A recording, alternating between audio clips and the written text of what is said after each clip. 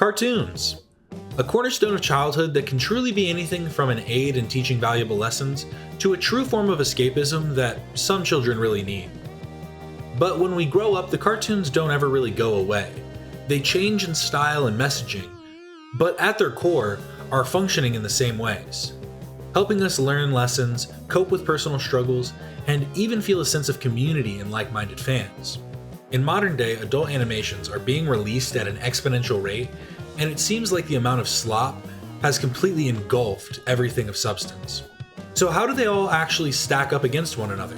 When coming up with this idea, I hadn't considered just how many adult animations there actually are, and so making this a two-part series seems like the only logical way to handle this.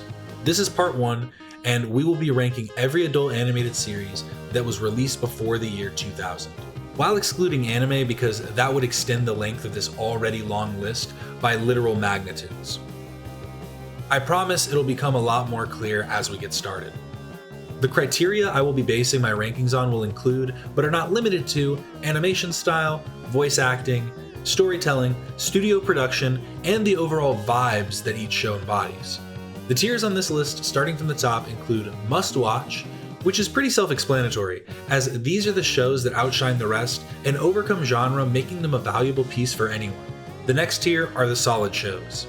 These shows are the ones that are well put together, but unlike the tier above them, are clearly appealing to a specific fan base and might not hook everyone the same way. Just below that, we have the Less Desirables. These are shows that you can tell had a lot of passion put into them, but at the end of the day, didn't accomplish what they set out to do. Whether that be due to production failures, poor writing, or a number of other possible issues. And finally at the bottom, we have the Need Not Watch tier. This bottom tier encompasses the shows that aren't even worth the time searching for. I really hope there aren't too many in that tier, but I think this structure will help in figuring out what is the best adult animation. But I do quickly need to mention 2 animated shows that seem like they should be on this list, but won't be included, except for right here. Les Shadoks La Linea. Both of these series aired long before most of the shows we're going to talk about, with Les Shadoks first airing in France in 1968, and La Linea first airing in Italy in 1971. Because of their age and their unusual style, they could get brought up in a discussion about early adult animation, but I don't think they really fit the category the same way. Both shows were animated with adults in mind when it came to marketing and broadcast placement, but the actual content of the series wasn't really built around adult themes the same way everything else was. The humor of Les Shadoks was very abstract and philosophical, while La Linea was mostly visual comedy built around simple situations. They were aimed at a general audience, and even though adults were a big part of that audience, these shows weren't specifically written with those viewers in mind the way other shows were.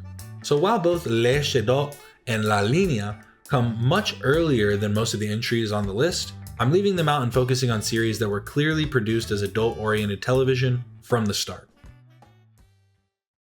And now it's time for that statement to confuse everyone, because the first series we're looking at is The Flintstones, which first aired September 30th, 1960, running for 6 seasons and 166 episodes. And that isn't counting the countless spin-offs, movies, and crossovers.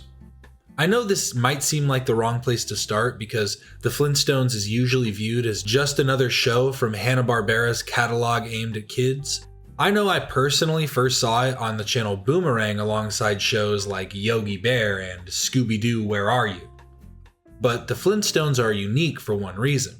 As opposed to its space-aged successor, The Jetsons, which aimed to appeal to a more general family audience, The Flintstones was inspired by The Honeymooners and was actually the first animated series in a primetime slot, which ended up having a lot to do with the types of topics discussed and humor used as to set it apart from Saturday morning programming. You know, things like infidelity and how awesome cigarettes are. The show follows the prehistoric family of titular fame, the Flintstones, with Fred and his wife Wilma, using a prehistoric setting to subvert expectations of usual sitcom plots for comedic effect. Fred and Wilma live next door to their best friends, and the center of many of their perceived issues, Barney and his wife Betty, who are somehow not named after Barney and Betty Hill, who claimed to be abducted by a UFO only 1 year after the Flintstones first aired. I guess it's just an odd coincidence, and I digress. The Flintstones is overall a very thoughtful show with a classic A-plot, B-plot interweaving storyline that becomes about as repetitive as any other sitcom of the time. And they do make an attempt to counteract the episodic nature by slowly evolving over time. No pun intended. Wilma gets pregnant as the series progresses, while Barney and Betty foster a child that was left on their doorstep, each having their respective children, Pebbles and Bam Bam, who would eventually go on to get their own spin-off, The Pebbles and Bam Bam Show. The traditional cell animation of the Flintstones is definitely of its time, with looping backgrounds, repetitive walk cycles, and instances of literally no animation other than mouth movements. I generally like the style, but can't turn a blind eye to the obvious cost-effective measures of the era. Overall, the series holds up pretty well in modern day, and I think part of that is due to the prehistoric setting, which helped to mask any references that aged poorly. And even though it became more associated with children's programming once it went into syndication, it really is enjoyable for all ages, and I can confidently add it to the solid show tier. Personally, I would recommend it to people for, if nothing more, historical value of seeing how far adult animation has come. But I can also recognize that unless you want to watch 6 seasons of a relatively basic sitcom with a mildly fun spin on things, this won't become your favorite show overnight. Hanna-Barbera was a titan of animation at the time and continued testing ideas for a more mature audience with the next series, Where's Huddles? First airing on June 1st, 1970 for a 10-episode run, and it's the perfect follow-up because in the ways that the Flintstones makes attempts to seem timeless, Where's Huddles feeds more heavily into the referential humor of the time.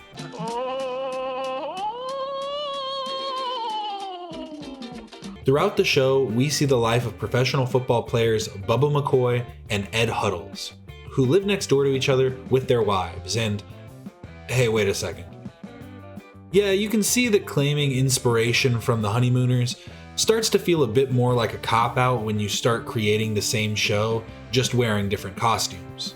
And Mel Blanc voicing the supporting roles in both shows would feel like more of an issue had Mel Blanc not been voicing like 90% of characters at the time. My opinions on the production quality are also fairly similar to that of the Flintstones for what should be at this point very obvious reasons. The art style overall is pretty appealing. I like the unique character designs, and the background scenes are some of the better work of the time. So if you're for some reason looking for an outdated animated sitcom about football players, then this might be for you. But if not, then you might agree that this is easily one of the less desirables, because I can understand what they were trying to accomplish, but its 10-episode run is a prime example of the fact that this formula wasn't working with every iteration. While Where's Huddles was a bit of a flop, they were eventually able to find more success in the medium with Wait Till Your Father Gets Home, which was created by R.S. Allen and Harvey Bullock and first aired September 12, 1972.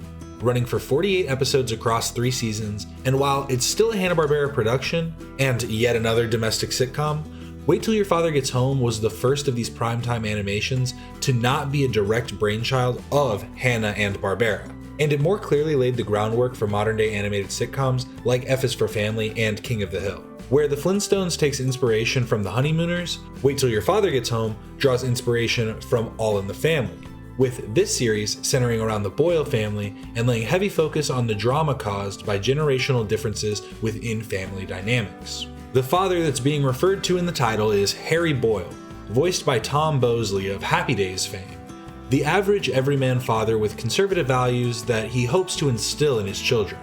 His defiant children include his slacker adult son Chet and his boy-crazed teenage daughter Alice, with his wife Irma usually having to play mediator. His youngest son Jamie seems to be the only one who understands his father's gripes, with this being directly outlined as a character trait in the intro of each episode. Harry Boyle is framed as a conservative father facing the crazy beliefs of his liberal children, but they really do handle the topic well without feeling a need to directly position the series as backing any one viewpoint. Sometimes parents know best, and other times their preconceived notions are blocking rational thought. And this doesn't make anyone's side better or more right than anyone else. I think the best example of this is Harry Boyle's neighbor and friend, Ralph Kane, who is a racist conspiracy theorist who, at times, acts as the true polar opposite to Boyle's children, allowing Harry to exist as a natural fulcrum. It's more than the Reds, Harry. The way I figure it, our big worry is the Yellow Peril. Ralph, you're a nut. The animation style was something that I thought long about. I'm personally a big fan of stylistic animation, but it was hard to tell if things like the lack of walls, floors, and ceiling were a stylistic choice or just another cost-saving measure. The plotlines are also a good reflection of primetime animation absorbing the social drama that was more present in live-action sitcoms of the era, and this in turn aided the less chaotic animation style. Interestingly enough, the chaotic nature of cartoons did seem to present itself more in the later seasons, and I suspect that this is due to Saturday morning cartoons and their primetime counterparts beginning to become more interchangeable. This would inevitably cause a lull in new adult-focused animation for 17 years, with no one series released in that time running more than a single season. Wait Till Your Father Gets Home is the first entry that I can confidently label a must-watch series. While I wouldn't say it's necessary to watch every single episode, it is interesting to see the ways that characters like Ralph Kane paved the way for characters like Dale Gribble in the future. Excuse me, I had my hand up first. The next entry is the final Hanna-Barbera series of this era, and that is Jokebook, which was an animated anthology series that first aired April 23rd, 1982. And while 7 episodes were made, only 3 ever aired due to lack of audience interest. But that could have been a result of the time slot on NBC running parallel to 2 different hit series, Benson on ABC and Dukes of Hazzard on CBS, which were both at this point already on their 3rd and 4th seasons. Due to this program blocking, the fragmented structure, and extremely unique style, Jokebook's 2nd episode finished dead last in the week's ratings. Which is interesting because as the first animated anthology series targeted at an adult audience, it feels like it should have had at least some novelty value. The episodes were broken up into segments produced by Hanna-Barbera, along with classic, foreign, and even independent animations. There were somewhat interesting premises, a few good jokes, and I think if I could say anything positive, it would be that this series did a good job at breaking the mold of what could be considered an animated series at the time. But with the lack of cohesion that comes with any anthology series, and the fact that there were only 3 episodes to ever air, I have to label this something you need not watch. I appreciate its historical value in terms of animated anthologies, but I really can't justify ranking it any higher. To find the next series in the animation lull of the 70s and 80s, we take a step across the pond for the detective series Dick Spanner P.I., which was created by Terry Adlam and first aired May 3rd, 1987, lasting a total of 22 episodes. The series has us tag along with private investigator Dick Spanner, voiced by Canadian actor Shane Rinner. We follow Spanner through 2 cases, the case of the human cannonball and the case of the Maltese parrot.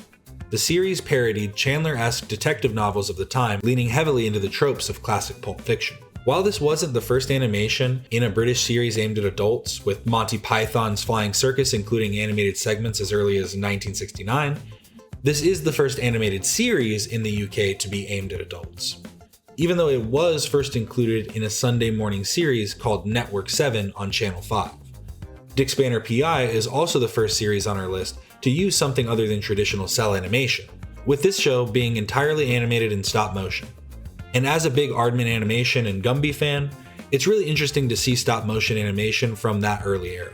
The investigations themselves are interesting, with each episode being quick enough to leave you on the edge of your seat, but long enough to actually develop the plot. The jokes are pretty funny when not repetitive, with a consistent through line being expectation-subverting setups and pun-heavy punchlines. He was booking me for Murder 1. It was a frame. That's when I jumped. Another dumb move. I do think that this is another solid show that I was really happy to have discovered for myself. But I can acknowledge that a stop-motion detective parody might not be everyone's cup of tea. And now we head back to the US for the final series from the end of the dark age of animation, and it's a really interesting show. Stevie and Zoya was a series created by Joe Horn and was released on MTV between 1987 and 1989, consisting of 13 shorts that were animated in this unique style that looks more like a highly detailed animatic, which are basically just animated storyboards. The show follows the titular Stevie and Zoya on their many adventures saving the world from the KGB, voodoo magic, and even alien invaders. The series was narrated by Russell Johnson, who is probably most famously known for playing the professor on Gilligan's Island, and he does a really good job at maintaining this authentic narrator tone while still being able to riff comedically off the script. Stevie and Zoya is the first example on our list to use more raw audio tracks from recording sessions that would eventually become more prominent through series like Bob's Burgers. The kid, the setup, put on ice. Our hero traces the punk bot. I keep wanting to saying blot. Overall, Stevie and Zoya leaves a lot to be desired, and even though I enjoy the art style, the story premise, and the pacing, I really think the series is less desirable than others. Because when researching the series, I really wanted to see if any bigger projects ever came of it. I actually found a small YouTube channel named Ace Conrad, which appears to be an official continuation of the series by Joe Horn, as well as other Q-Action cartoons. It was started 16 years ago and at the time was just plagued by an extremely low budget, which removed the narration structure, taking a big hit to the flow of each episode. But in modern day, it appears Stevie and Zoya are mostly just generative AI music videos. I really just need to end this section here. The 17-year animation lull wasn't necessarily a desert of animation, but the attempts that were released were either spin-offs of earlier IPs or experimental series that were a bit too ahead of their time. And then, the long storm broke.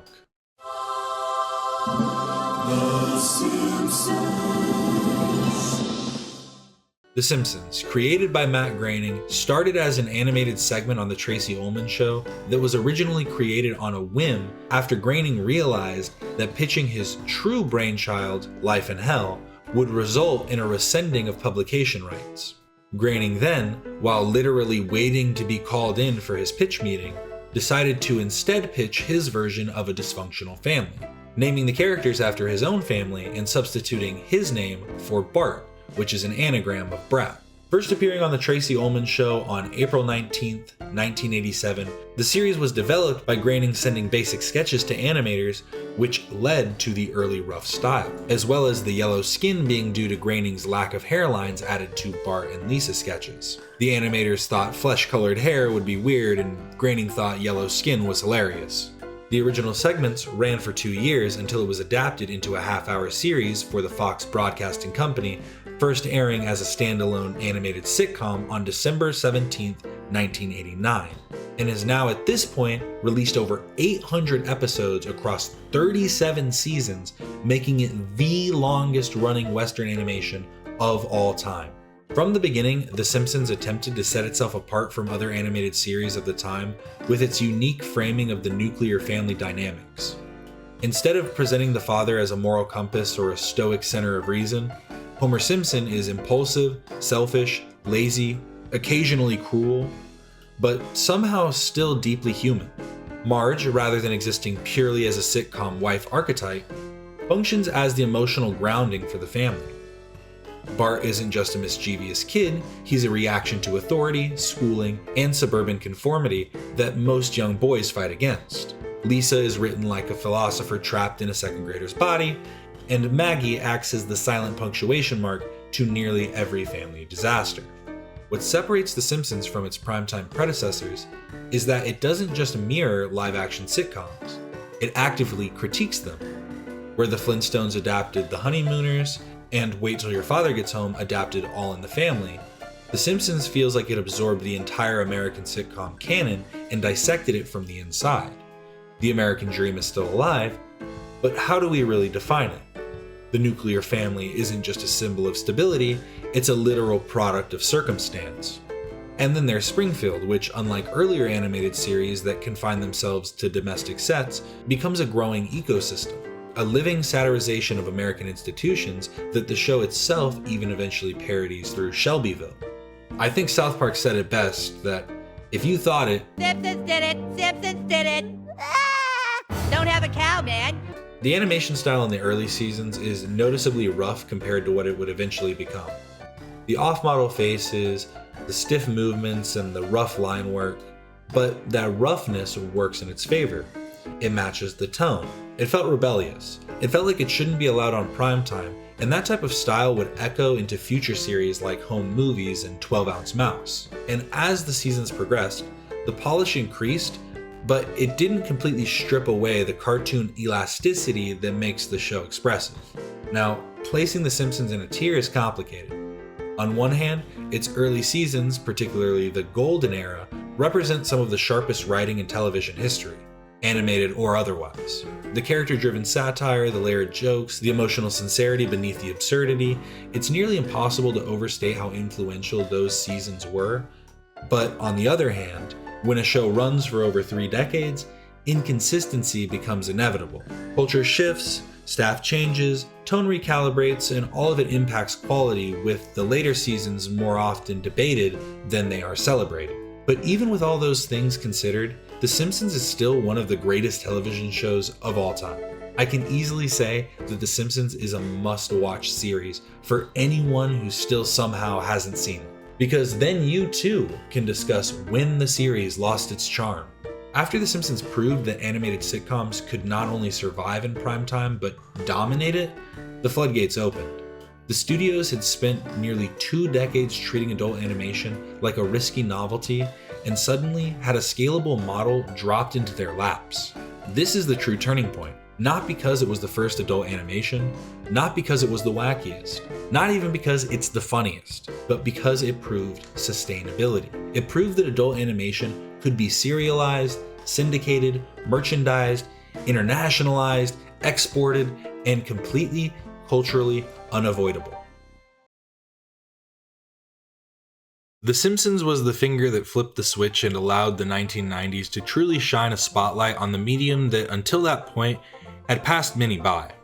Liquid Television was an anthology series created by Japheth Asher that first aired on November 30th, 1991, and ran for 3 seasons until 1995, with a 4th season revival airing 4 episodes in 2014 from May to June. In the ways Jokebook was too ahead of its time, Liquid Television was able to sneak in at the perfect time to drip feed the public with experimental animation that was rough, crude, and risque in ways that was usually reserved for films like Fritz the Cat. Liquid Television would become home to multiple hit series like Beavis and Butthead and Aeon Flux, with the inclusion of other animated shorts, a lot of which were actually adaptations of Art Spiegelman's comic compilation Raw, which itself featured multiple underground cartoonists. I could spend a lot of time speaking about every animation that was included in Liquid Television across the 4 seasons, but that would take more time than it's worth, and adding Liquid Television to this tier would go against the point of this video because Liquid Television included live action segments like the Art School Girls of Doom, and thus cannot be considered a purely animated anthology series. I would still highly recommend checking this series out if you're able to get your hands on it. But alongside live action segments were a ton of recurring animated segments, so I picked out the recurring animated segments from Liquid Television that became their own standalone series, like our next entry on the list, Aeon Flux.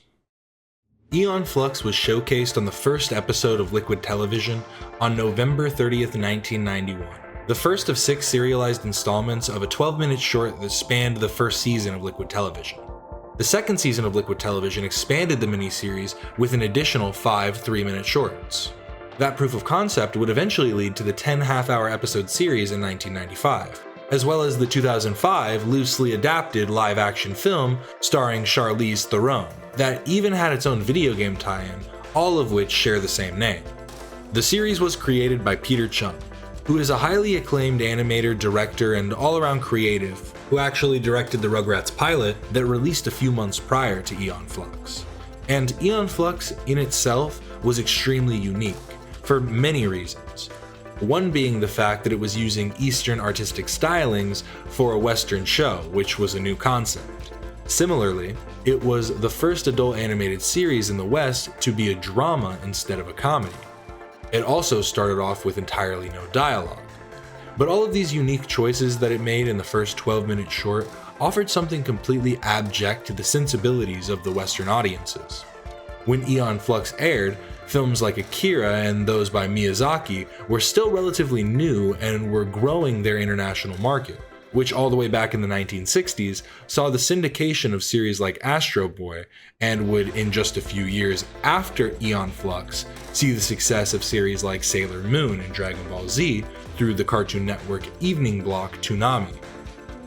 Like Liquid Television, Aeon Flux found itself in the renaissance of adult animation and didn't just dip viewers' toes in. The series trails the titular Aeon Flux, who is a secret agent dominatrix that dresses the part. She works as an agent for Monica, a society run with absolute freedom and individualism. But Aeon is sent to the totalitarian nation of Bregna, run by the technocrat dictator Trevor Goodchild, who is both an evil leader as well as in love with Aeon. The series covers many themes including social science, biopunk, dystopia, espionage, psychological drama, postmortem imagery, psychedelic imagery, and Gnostic symbolism, with things like an Aeon literally representing the emanation of God. The action scenes are smooth, and the story of the official series does a good job at fleshing out the world, effortlessly adding dialogue and extending the runtime exponentially without drastically damaging pacing or flow. And the music and sound design was actually created by Drew Newman, who also created music for Ah Real Monsters and The Grim Adventures of Billy and Mandy, which actually includes some of my personal favorite television compositions. And it's noticeable when listening to the music of Aeon Flux. You can tell there was a lot of real passion put into it. I think that's why it still holds up in modern day quite well. I am definitely going to rank this a must-watch series, especially for those who are fans of anime and may not have seen this amazing work. But Liquid Television wasn't the only example of networks trying something new. But this next series also shows us that they can sometimes end up a little less noteworthy even when it has a bit of a star-studded cast.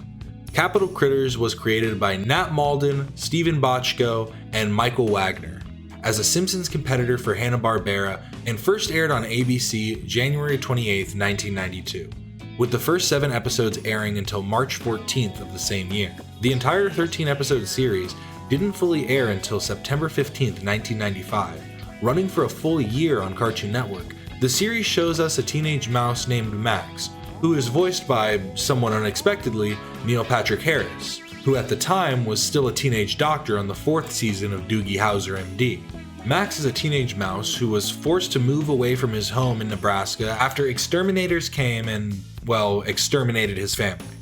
Maxx makes his way to Washington, D.C. to start a new life with his cousin Berkeley, voiced by Jennifer Darling, but always ends up caught in the hijinks of a mouse named Jammin, voiced by Charlie Adler. Like I said, it was a very star-studded cast that also included names like Frank Welker as Presidential Katz, Bobcat Goldthwait as Muggle, Jimmy Cummings as Kid Vicious, Tim Curry as a senator, and many others across the short series. It was clear that they were trying to put a lot of resources into creating a competitor to The Simpsons, which at the time was like trying to catch lightning in a bottle. And we know this attempt failed because, like I said, the series originally aired for less than 2 whole months before its initial cancellation. One issue that I noticed quite early was the seeming inability to decide on if the series was an adult animated series or the average Saturday morning cartoon that just leaned more heavily into adult humor. It did lead to some interesting moments, like when Maxx told Jammin it wasn't fair that he had a gun he was going to use to kill the presidential cats, because the roaches didn't have a gun at all. He's right, Jammin. It isn't fair. We all have to live down here. What are you, the UN? It's for defensive purposes only, dipstick. You think I'd ever want to use it on some worthless, stinking piece of scum like you? I don't know about y'all, but I feel a lot better now. But at other times, it felt less like satirization and more like shallow writing. Another aspect of shallow writing is the nature of their living within the White House, with most of the series focusing on the dilemmas going on between the animals within the Capitol, when they could have taken more time to interweave political themes into episodes outside of surface-level parody. The animation style is polished, and I suppose that's expected as this is one of Hanna-Barbera's later productions.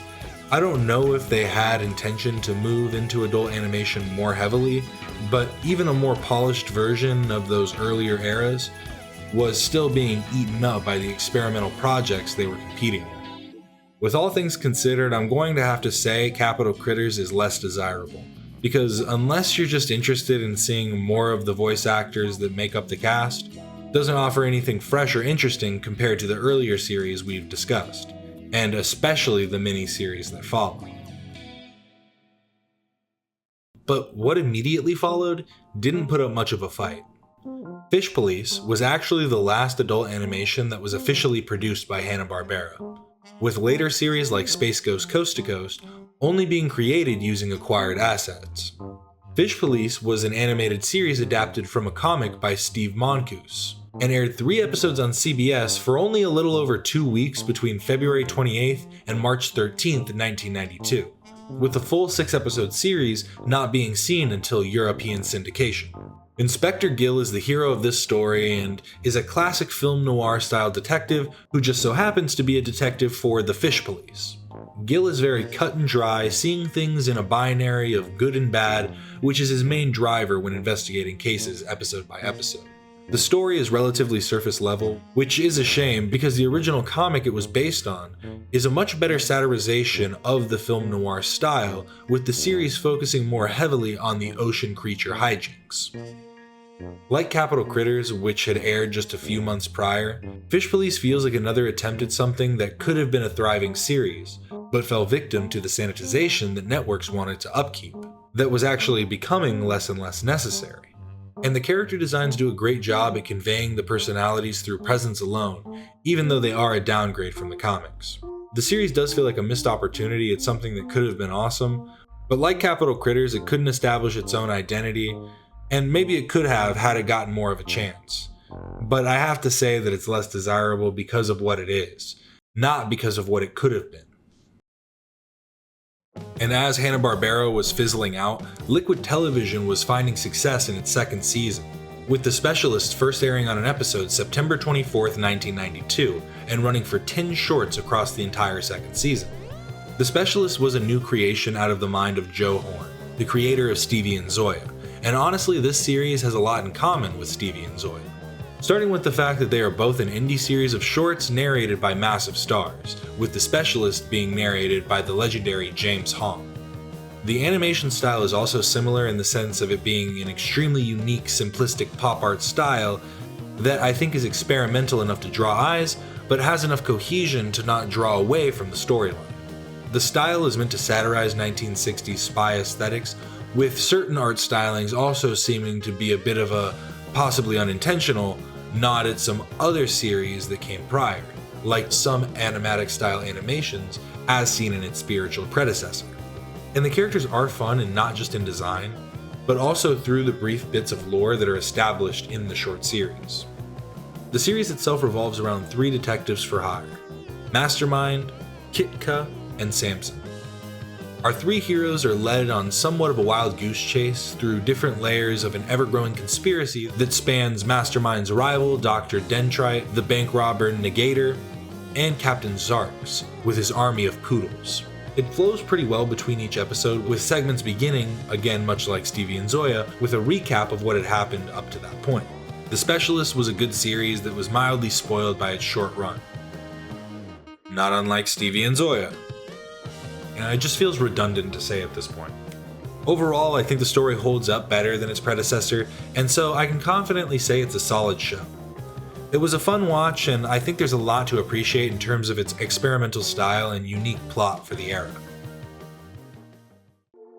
And there is one more series that has the same origin that Aeon Flux and The Specialists do, spawning inside the experimental sandbox that was Liquid Television. Beavis and Butthead first appeared on the first episode of Liquid Television's second season on September 22nd, 1992, with the short titled Frog Baseball. A second pilot, Peace, Love, and Understanding, aired later on that same season on November 17th. Created by Mike Judge, the shorts were rough, crude, and honestly kind of uncomfortable in a way that immediately separated them from the other experimental pieces also airing on Liquid Television. The premise is purposely simple. 2 teenage delinquents, Beavis and Butthead, spending their time joking about music, insulting each other, harassing their town's entire population, and failing to understand the most basic parts of human existence. They aren't rebellious like Bart Simpson, they're explicitly antisocial in a way that can only be explained as them being profoundly stupid. and we need the leading subscription cold remedy, we're, like, sick or something. Which quickly became the driving force of the show's comedy. The series ended up being blamed for everything from the increase in rebellious tendencies to literal house fires, which only made it more appealing to the exact audience MTV was targeting. And it worked. When the series was officially picked up by MTV in 1993, it became one of the network's defining programs of the decade. A large part of the appeal came from the format. Episodes took the traditional AB plot style and flipped it on its head, cutting between the main storylines and Beavis and Butthead sitting on their couch providing commentary over real music videos, which itself takes inspiration from commentary series like Mystery Science Theater 3000, and would aid in the evolution of commentary content that would eventually flourish on the internet and lead to content like this. And beneath the crude humor, there's a very apparent satirical core. Beavis and Butthead aren't heroes to be idolized, but they also are a product of the world around them. They sit, they watch television, they laugh at things they barely understand, and occasionally wander out into the world only to prove they understand even less about it. The animation style is intentionally ugly and a perfect reflection of the characters in the series. Beavis and Butthead themselves are drawn with exaggerated large heads and wild eyes, while other characters that are more normal are drawn more mundanely. Mike Judge admits to being self-taught, and you can see that in the way his style tries to attempt a sense of realism while lacking things like proper anatomy. It isn't too abstract to hurt your eyes, and over time it refined its stylistic choices to be more structured. The series would eventually spawn 2 feature films with multiple revivals in 2011 and again in 2022 with, at this point, a confirmed 12th season on the way. For a show that started as a rough animation test about 2 idiots hitting a frog with a bat, that's a pretty impressive level of staying power. Personally, I think Beavis and Butthead lands pretty comfortably in the must-watch tier. Definitely not because every single episode is a brilliant masterpiece, but because its influence on both animation and the culture of 90s youth is almost impossible to ignore. So whether you actually enjoy watching 2 idiots laugh about music videos, or you just need more reasons to dislike them, it's obvious the series has definitely shaped adult animation forever. Like the last couple shows, this next one began its life a few years before it ever became a full television series. Family Dog was originally created by Brad Bird, who would a few years after this series go on to direct hits like The Iron Giant and The Incredibles. But Family Dog first appeared as an episode for Steven Spielberg's anthology series Amazing Stories in 1987. The episode, directed by Bird and produced through Tim Burton's animation studio, followed the life of a suburban family dog who is constantly blamed for everything that goes wrong. The segment ended up being popular enough that it was eventually adapted into its own series, which aired on CBS from June 23rd to July 28th of 1993. The series is basically just an expansion of the original short about a bull terrier named Jonah, the Binsford family who owns him, and the experience of suburban life entirely from a dog's perspective. The running joke is that the dog is genuinely trying to be a good pet, while the family itself is chaotic and irresponsible, and despite his efforts, the dog still ends up being blamed for nearly every issue the family faces. Stylistically, the show carries some of Brad Bird's early animation sensibilities. The characters are expressive, and the comedy leans heavily on physical gags as a means of payoff for the escalating misunderstandings. Despite the impressive creative team behind it, the show struggled to find an audience. By 1993, adult animation was starting to shift towards sharper satire with series like The Simpsons and Beavis and Butthead, while Family Dog feels a lot more like a classic animated short stretched into a sitcom format. The premise works best in a small burst, but across full episodes, the joke begins to fall flat on the 7th repeated punchline to an ever-growing setup. That might have been why the series only lasted a brief time before quietly disappearing from television schedules. It isn't a terrible show by any means, but compared to the other adult animations in the early 90s, it clearly lacks a unique identity. That's why I have to say Family Dog is less desirable. There's some charm in seeing the early works of people like Brad Bird, and to see how he, Steven Spielberg, and Tim Burton intersect on this television project, but the series itself never evolved much beyond its original concept. And now it's time for the pot to call the kettle black. The Critic, a series created by Al Jean and Mike Reiss, 2 Simpsons writers and showrunners who decided to branch out with their own animated sitcom. The series first aired on January 26, 1994, and would run for 23 episodes across 2 seasons, initially airing on ABC before moving to Fox, where it continued for the remainder of its run over the next year and a half. The critic in question is Jay Sherman, a balding middle-aged film critic living in New York, who hosts his own TV show called Coming Attractions, where he reviews movies. Jay is cynical, sarcastic, and constantly exhausted by the terrible movies he has to review, and the equally terrible people surrounding him. Much like other animated sitcoms of the time, the series builds its humor around the everyday frustrations of the main character. But The Critic separates itself by centering the show almost entirely around film satire, with almost every episode having some kind of parody of popular films at the time. Stylistically, the show fits comfortably alongside series like The Simpsons. The character designs and movements have the same rough look while still maintaining consistency, but The Critic is still able to have some fun thanks to the consistent fake movie trailers. The writing also carries over the dense joke structure that made the early Simpsons episodes so memorable, often stacking rapid-fire references and background jokes throughout each episode. Despite strong writing and a solid voice performance from Jon Lovitz as Jay Sherman, the show struggled to maintain a consistent audience. The move from ABC to Fox didn't do it many favors either. While it did manage to gain a cult following over time, it never quite reached the same cultural dominance as other series that inspired it. I think one of the biggest issues at the time was finding a way to take the modern sitcom format and create your own spin on it, but something like a film critic isn't a spin that people found captivating or something that they could relate to. Even so, The Critic holds up surprisingly well. The film parodies are sharp, though a bit dated. Jay Sherman is a genuinely entertaining protagonist, and the series manages to balance satire with character-driven humor in a way that feels pretty fresh.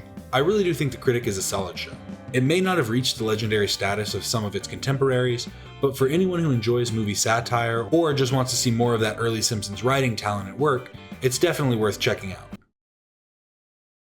We continue heading further into the mid-90s boom of adult animation, and this time we see something that leans much harder into the absurdity. Duckman, created by Everett Peck. First aired on March 5th, 1994, and would run for 70 episodes across 4 seasons until September 6th, 1997. The series aired on the USA Network, which at the time was experimenting with original programming and clearly wanted a piece of the animation success. The charismatic lead is Eric T. Duckman, a loud, vulgar, and deeply irresponsible private detective who lives in a strange anthropomorphic world where humans and animal people coexist without anyone really questioning it. Duckman himself is voiced by Jason Alexander, who many people will immediately recognize as George Costanza from Seinfeld. And honestly, that casting choice ends up defining a lot of the character's personality. Duckman is bitter, self-centered, and constantly spiraling into long rants about life, society, and his own personal failures. And where other series like The Critic tried to ground themselves in relatively normal suburban settings, Duckman embraces chaos almost immediately. The show is packed with rapid-fire dialogue, surreal background jokes, and plots that often devolve into complete nonsense by the time the episode ends. At the same time, the writing occasionally dips into surprisingly serious territory, especially when dealing with Duckman's struggles as a widowed father raising his 3 sons alongside his sister-in-law, Bernice. I know, it's a weird dichotomy. And that dichotomy is exactly what I find so appealing about the show.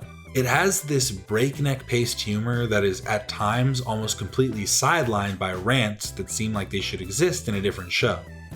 Everett Peck's art style leans heavily into exaggerated shapes, warped perspectives, and very expressive character designs.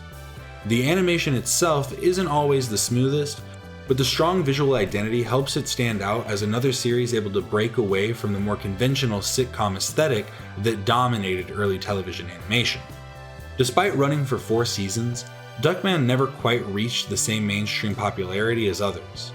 But in January 2009, IGN listed Duckman in its top 100 best animated TV shows, and it did build a strong cult following thanks to its sharp writing, strange visual style, and Jason Alexander's extremely committed voice performance. This might seem a bit odd, but I do think Duckman is a must-watch series. It's weird, loud, and occasionally exhausting, but it is also one of the most creatively distinct adult animated sitcoms to come out of the 1990s. And while it did reach some level of success, it was never truly appreciated for succeeding at thinking outside of the box. Wait! This isn't fair! You just took a bunch of comments out of context and strung them together to make me look rotten! Snappy editing, though.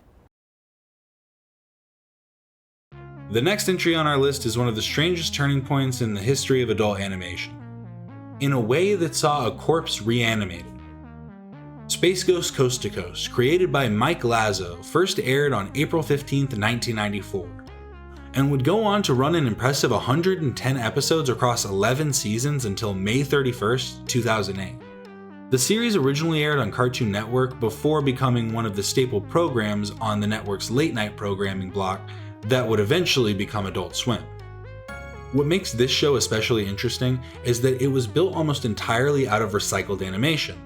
The original Space Ghost was a 1960s Hanna-Barbera superhero cartoon, and rather than animating a brand new series from scratch, the production team reused old animation cells of the character while recording completely new dialogue over the footage. The result was something that was framed as less of a traditional animated series and more like a bizarre talk show parody. And that's exactly what the show is. Space Ghost Coast to Coast stars the titular superhero Space Ghost, as he hosts a surreal late-night talk show from space, interviewing real-life celebrities while constantly antagonizing his sidekicks Zorak and Moltar. The interviews themselves were often heavily edited, with celebrities' responses cut apart and rearranged to create intentionally awkward and nonsensical conversations. The humor leaned heavily into absurdism, deadpan delivery, and extremely awkward pacing that sometimes felt like anti-comedy. Long pauses, random interruptions, and completely pointless exchanges became part of the humor. Visually, the show is obviously limited by the recycled animation it relies on, but that limitation ends up becoming part of the charm.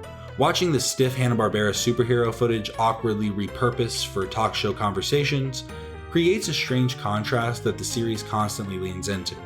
And more importantly, the show became one of the earliest examples of the experimental style that would later define Adult Swim.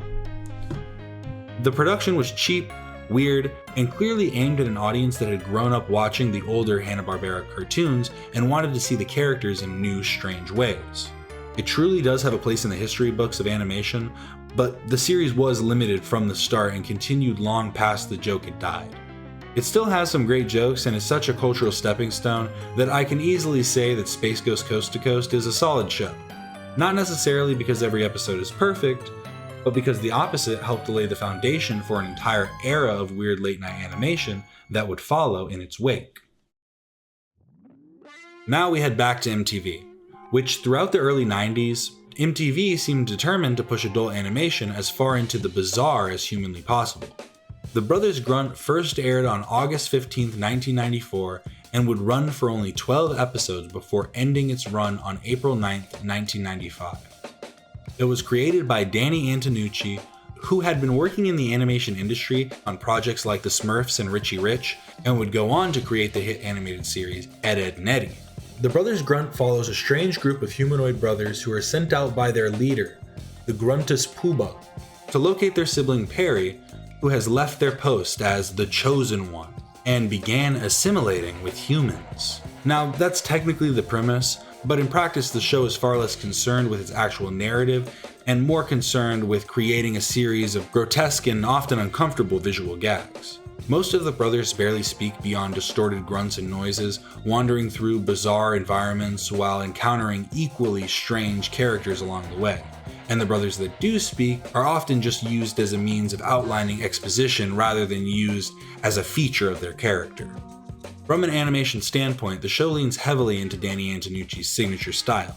Characters are drawn with extremely warped proportions, heavy outlines, and exaggerated facial expressions akin to hot rod art, which often push the designs into deliberately unsettling territory.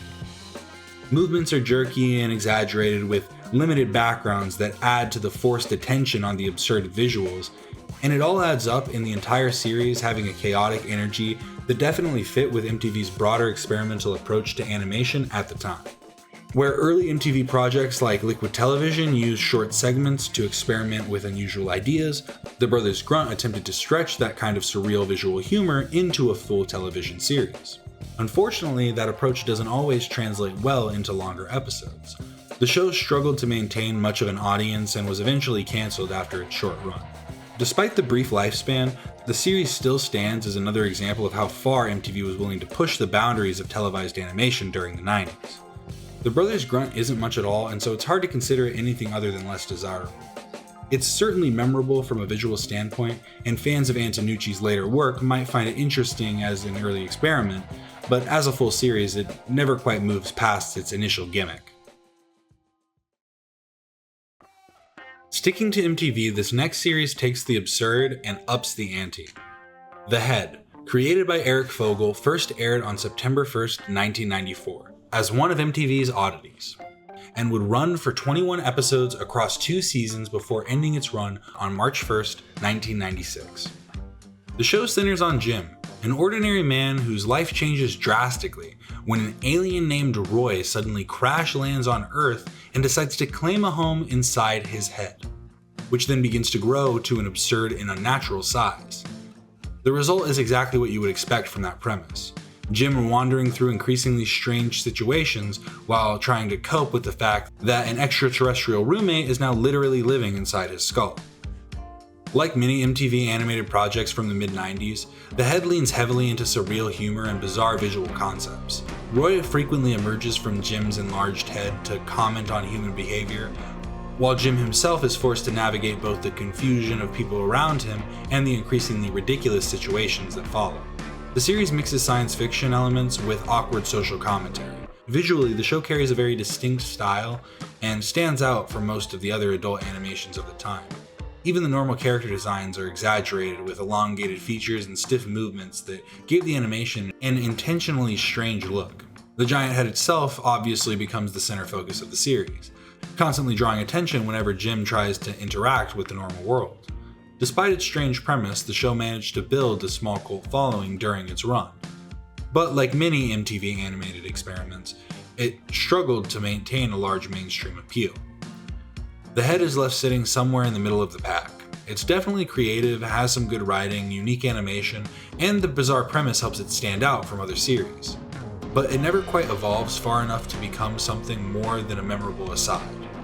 But I still think The Head is a solid show. It's a strange little piece of 90s animation history with some genuinely funny moments. Between the first and second season of The Head, MTV's Oddities block showcased a series that leaned far more heavily into storytelling than most of the lineup MTV was pushing at the time. The Maxx, based on the comic created by Sam Keith and Bill Messner-Loebs, first aired on April 8, 1995, and would run for 13 episodes before concluding on June 24th of the same year. Other animated series were defined by sitcom structures or visual gags. The Maxx, by comparison, was a fairly direct adaptation of the original comic. The story centers itself around a strange homeless man known as the Maxx, who protects a freelance social worker named Julie in what appears to be the real world, while simultaneously existing as a power-masked protector within a surreal alternate dimension known as the Outback. As the series progresses, the line between those two realities blur more and more, while the show slowly reveals that the fantasy world may actually be tied to Julie's psychological trauma. What initially looks like a bizarre superhero story gradually turns into something much darker and more introspective. The series is only a portion of the original comics and doesn't really delve too deep into the lore of the characters, which does limit an already limited series. Stylistically, the show stands out immediately. Much of the animation attempts to replicate Sam Keith's distinctive comic book art style, at times pulling directly from the original panels.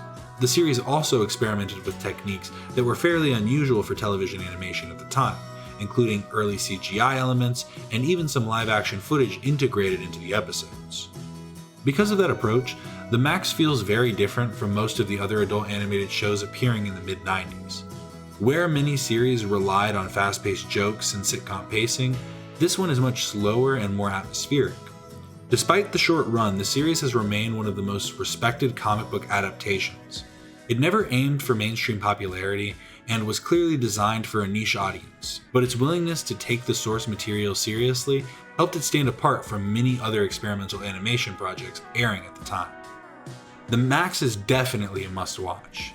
It's not the easiest series to casually throw on, but when you do finally get hooked into the story, you find a faithful comic adaptation. and now we move away from MTV for a moment as we take a look at Comedy Central, which by the mid-90s had already started developing its own approach to adult animation.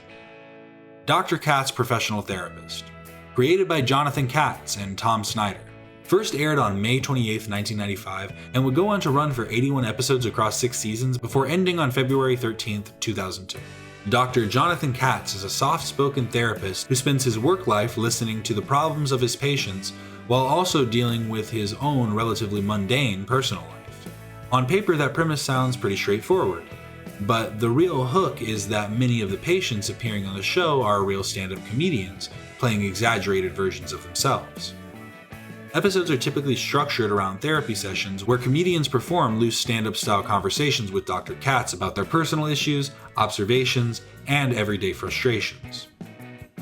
The show features appearances from comedians like David Cross, Ray Romano, Janine Garofalo, Louis C.K., Tom Kenny, and even includes the first major voice appearance of H. John Benjamin, who most people know as the voice of Bob Belcher and Archer. Funny. Sorry guys, But in this series, he plays Dr. Katz's adult son, Ben, who lacks purpose and proper motivation. The show's art style is probably best remembered for its use of squiggle vision, an animation technique developed by Tom Snyder, where outlines of characters constantly wiggle and shift slightly from frame to frame. The effect was partly an artistic choice, but it also helped keep production costs low since the animation relied heavily on limited movement. I will say that it can take a little getting used to, but the minimal animation actually works well for the format since the real focus of the show is the dialogue. Much of the humor comes from the extremely dry, understated delivery of Dr. Katz himself, whose calm responses to increasingly absurd conversations create a very different comedic rhythm from the faster-paced animated sitcoms appearing on other networks. This type of non-sequitur off-the-script riffing would eventually bleed through into future works like Home Movies and Bob's Burgers. Despite its simple premise, Dr. Katz Professional Therapist became one of Comedy Central's early cult hits and helped establish the network as a place where alternative comedy could succeed in different formats. The show also played a role in launching and boosting careers of several comedians who would go on to have major success in television and stand-up. Dr. Katz occupies an interesting place in the history of adult animation. Because it's not flashy, the animation is intentionally kinda bad, and the structure is closer to a comedy podcast than a traditional cartoon. But its simplicity is also part of what makes the show work. I think it's clear to see that Dr. Katz Professional Therapist is a solid show. It was a clever format that allowed a lot of great comedians to experiment with their material, and while the animation style won't appeal to everyone, the writing and performances really do hold up. Now we take a little trip back to the UK for Crapston Villas. Created by Sarah Ann Kennedy, who would go on to write for Peppa Pig as well as voice Miss Rabbit. Crapston Villas first aired on Channel 4 from October 27, 1995 until January 19, 1998, running for 20 episodes across 2 seasons. The series never had a huge international presence, but in the UK it stood out as one of the earlier attempts at making an animated series that was clearly meant for adults rather than families. It had foul language, violence, drug use, and even nudity. The show takes place in a rundown apartment building and takes a look into the strange group of tenants living there, with most episodes focusing on their arguments, personal problems, and generally miserable day-to-day lives. It was basically if the PJs had been made a few years earlier by a white lady in the UK. Crapston Villas leaned into uncomfortable humor, awkward conversations, and situations that were intentionally unpleasant, which are all primary features of British comedy. A lot of the comedy comes from how unlikable the characters can be, which gives the show a tone that feels a lot closer to British live-action comedies than it does to adult animations in the US. One of the most noticeable things about the series is its animation style. Like its predecessor, Spanner P.I., this series also used stop-motion animation. Stop-motion animation was already a popular medium in the UK at this point, with Crapston Villas working with big industry names like John Wright Model Making, which would make the models for Wallace & Gromit a close shave in December of 1995. All of the character models of Crapston Villas were designed to be intentionally off-putting, as to reflect the scummy nature of the urban setting being satirized, but that also led to a few characters looking pretty offensive when looking back. because it aired on Channel 4, which was known for experimenting with stranger or more adult-oriented programming, the show was able to exist without needing the kind of wide audience the US networks expected. Even so, it never became a major hit, and outside the UK it stayed mostly unknown. Still, it's a good example of the fact that adult animated sitcoms weren't just developed in America, and that other countries were already trying their own versions with very different styles and humor. The series isn't terrible, and while dated, I'd say Crapston Villas is a solid show. It doesn't have too much depth within its story, as its jokes hinge on dry or sarcastic observational comedy, but it flows decently between episodes and has a decent number of interesting characters to keep your attention at least for a little while. Staying in the UK, we find Pond Life, created by Candy Guard, which aired on Channel 4 between December 2nd, 1996 and October 10th, 2000, running for 21 episodes across 2 seasons. Like a lot of the adult animated projects coming out of Channel 4 around this time, the show wasn't trying to compete with American primetime sitcoms, instead leaning more into dry humor, short episode formats, and a very specifically British sense of everyday frustration. The show focuses on the life of Dolly, who is actually voiced by the previous entry's creator, Sarah Ann Kennedy. Dolly is a neurotic and easily irritated woman, dealing with normal day-to-day problems like relationship struggles, prepping for a driving test, purchasing a good gift, and other relatable issues that somehow always become a bigger issue than they first appear. Most of the comedy comes from her internal monologues and the awkward conversations. Instead of building big plots, episodes usually revolve around small situations that slowly spiral into uncomfortable or absurd outcomes. The animation style is extremely simple, using flat character designs that look like a more fleshed out version of Kilroy, as well as low detailed backgrounds and limited animations that make the show look closer to an indie cartoon than a television production. That low budget look wasn't unusual for Channel 4 animations at the time.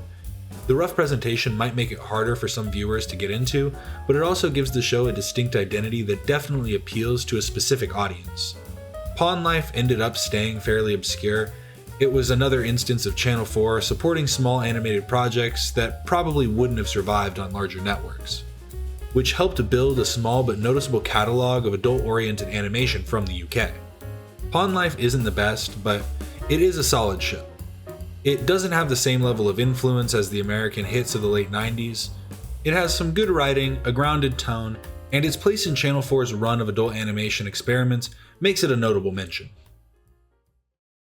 This next series is actually an international co-production simply titled Robin, created by Magnus Carlsen and produced between Sweden with SVT, Germany with TMO Loonland, and Canada with Nelvana. First airing in 1996 on SVT1 before later airing on Channel 4, and eventually making its way to the US through Cartoon Sushi. The series ran for 30 episodes, and like several entries in the late 90s, it didn't follow the normal sitcom format, instead going for a short, surreal segment built around one main character. Robin is an unemployed bachelor in his early 20s. He and his best friend Benjamin do very little to improve their lives and are instead focused on various misadventures that usually end with no real sense. The series is episodic and doesn't have any underlying plot, and I suppose that reflects Robin's purposeless lifestyle. The animation style is also pretty rough, using flat designs, limited motion, and a deliberately rough look that is stylistic enough to blend well with the strange tone of the writing. A lot of the jokes rely on how unassuming the scenes can be before something extremely weird suddenly happens, which gives the show a style that feels closer to European art films than to its contemporaries. Because Robin was part of several international co-productions, it managed to appear in different countries even without being a mainstream hit anywhere. And its eventual appearance on Cartoon Sushi helped give it at least some exposure in the United States. Still, it mostly ends up as one of those late 90s animated projects that people remember only if they happen to see it at the time. Robin is a relatively solid show. It isn't very influential, but the international production, the unusual tone, and its connection to Cartoon Sushi make it a memorable example of the more experimental side of 90s international adult animation. And speaking of Cartoon Sushi, after Liquid Television ended in 1995, there was a gap left open for a new anthology series to shine a spotlight on independent creatives. Some shows like SNL attempted to implement animations through things like TV Funhouse, which actually did pretty well and brought us honorable mentions like the ambiguously gay duo, but in general TV Funhouse did more parody work than actually showcasing animation. That brings us to Cartoon Sushi. Created by Danny Antonucci and Keith Alcorn, which first aired on MTV's Animation Weekend before getting an official run from October 17th, 1997 until late 1998. The series included work from a wide range of animators, with some segments being old series that didn't get enough time in the spotlight, and others acting as pilots for ideas that could eventually become their own shows. The most notable examples are the re-airings of censored Robin episodes, and the pitch for Celebrity Deathmatch, which would get its own series the following year.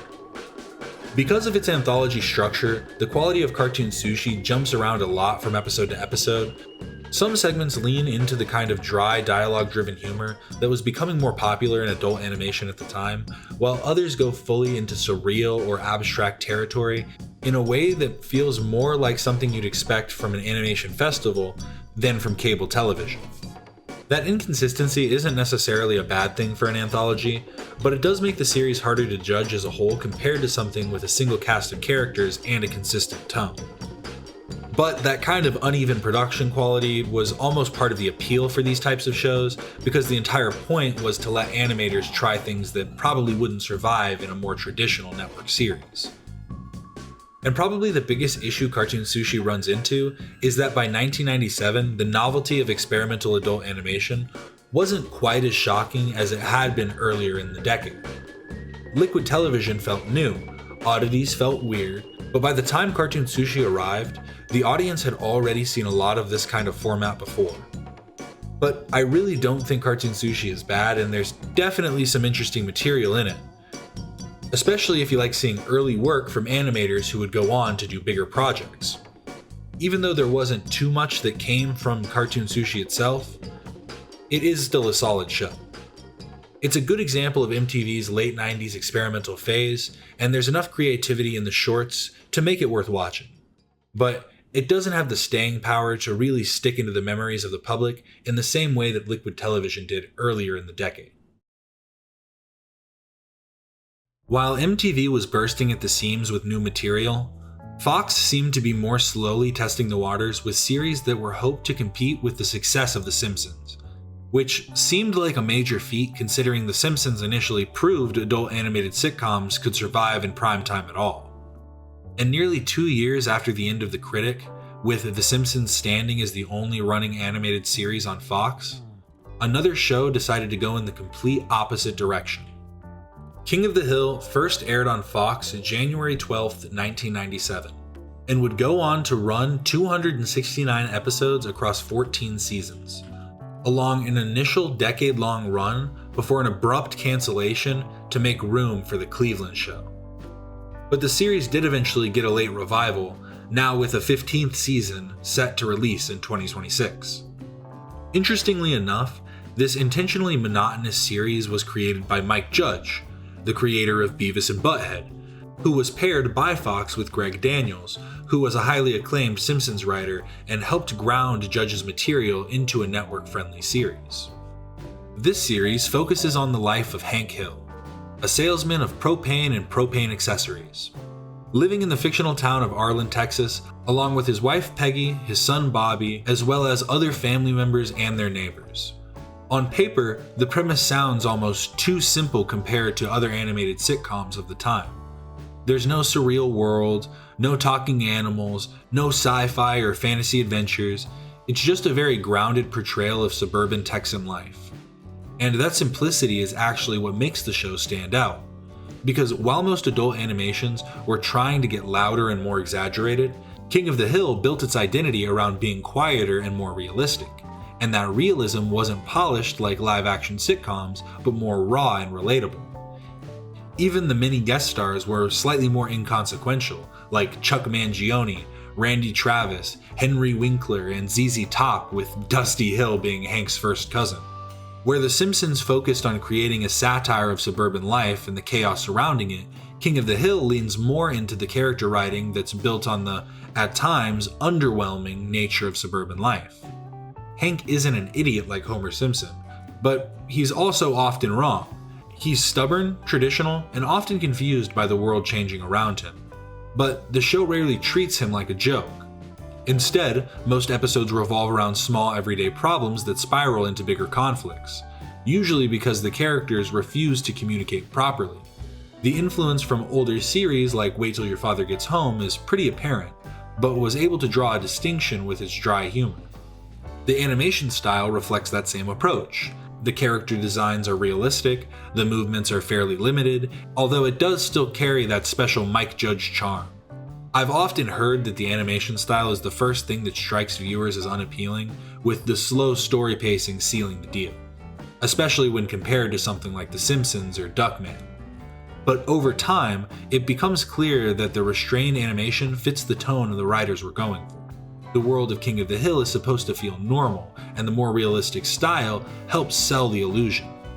The revival actually has switched over to a rigged animation style that is definitely just a corner-cutting measure, which is extremely prevalent in modern animation.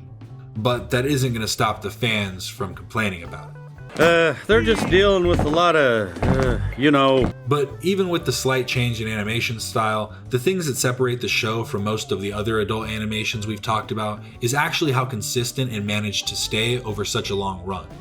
It never tried to reinvent itself into something louder or more extreme, which probably helped it last as long as it did. Instead of chasing trends, it stayed focused on telling smaller stories about the same group of characters that actually do grow and change over time, which made it feel a lot more grounded than most sitcoms, animated or otherwise. King of the Hill is one of the easiest shows for me to recommend.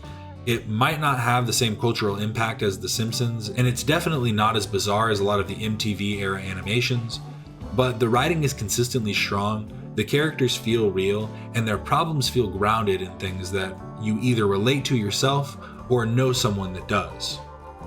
And so, if you aren't completely off-put by the animation, I think it's worth your time. I might have some rose-tinted glasses, but I think King of the Hill is a must-watch series, and not just because it's one of my favorites, but because it's one of the best examples of how adult animation doesn't always need to be loud or surreal to work. And its grounded style helped prove that the genre could handle deeper stories without needing to take itself too seriously. While MTV had experimented with a lot of different animated projects throughout the 90s, one of the few that actually managed to last for multiple seasons was Daria, which aired from March 3rd, 1997 until January 21st, 2002, for a total of 65 episodes across 5 seasons. While King of the Hill was Mike Judge's new series, Daria was actually created by Glenn Eichler and Susie Lewis as a spin-off of Beavis and Butthead, taking the side character Daria Morgendorffer and building an entirely new show around her. But instead of keeping the loud and chaotic tone of its parent series, Daria went almost the complete opposite direction and a lot closer in tone to Judge's newer work. Daria is a teenage girl who, with her friend Jane and her family, deal with everyday life after moving away from the fictional town of Highland, Texas, to the fictional town of Lawndale. And in the same way King of the Hill was able to make an animated series based around a grounded family structure, Daria found its footing as a grounded take on a teen sitcom. The comedy of the series mostly comes from Daria's dry and sarcastic commentary, giving the show a tone that feels closer to a live-action teen sitcom than a traditional cartoon. Daria's commentary is generally funny, but not really layered in a way that does anything more than just progress the story. And while there are some outrageous characters, the overall slower and more dialogue-driven style helped the series stand out from most of MTV's other animated shows, which usually leaned more into shock humor or experimental ideas. The animation itself is simple but structured, and it works well. It also helped that the show stayed pretty consistent for its entire run, something that a lot of MTV's other animated projects struggled with at the time. Daria stands as one of the most memorable series from MTV's late 90s lineup. It might not be as influential as Beavis and Butthead, and it's definitely not as experimental as shows like The Brothers Grunt, but the writing is strong and the grounded tone makes it stand out. I can easily say Daria is a solid show. It's one of the few MTV animated series that managed to keep a consistent identity for its whole run, even if it was one of the only series on MTV to make it more than a few episodes. While most adult animated series in the late 90s were either sitcoms or experimental comedy, HBO took note from the cult classic The Maxx and decided to play a risky hand with Todd McFarlane's Spawn, which aired from May 16, 1997 until May 28, 1999, for a total of 18 episodes across 3 seasons. The series was based on the Image Comics character created by Todd McFarlane, and instead of trying to make a traditional animated show, HBO leaned fully into the darker tone of the original comic, resulting in one of the most serious adult animated series of all time.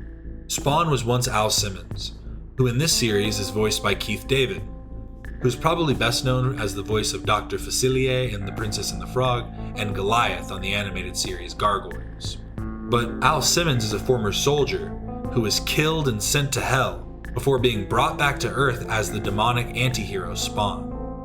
The series follows the early comic arcs more loosely than the panel-to-frame adaptation we saw in The Maxx, but it was similar to The Maxx because, compared to most of the other animated shows airing at the time, the series was extremely violent, very dialogue-driven, and focused much more on atmosphere than comedy.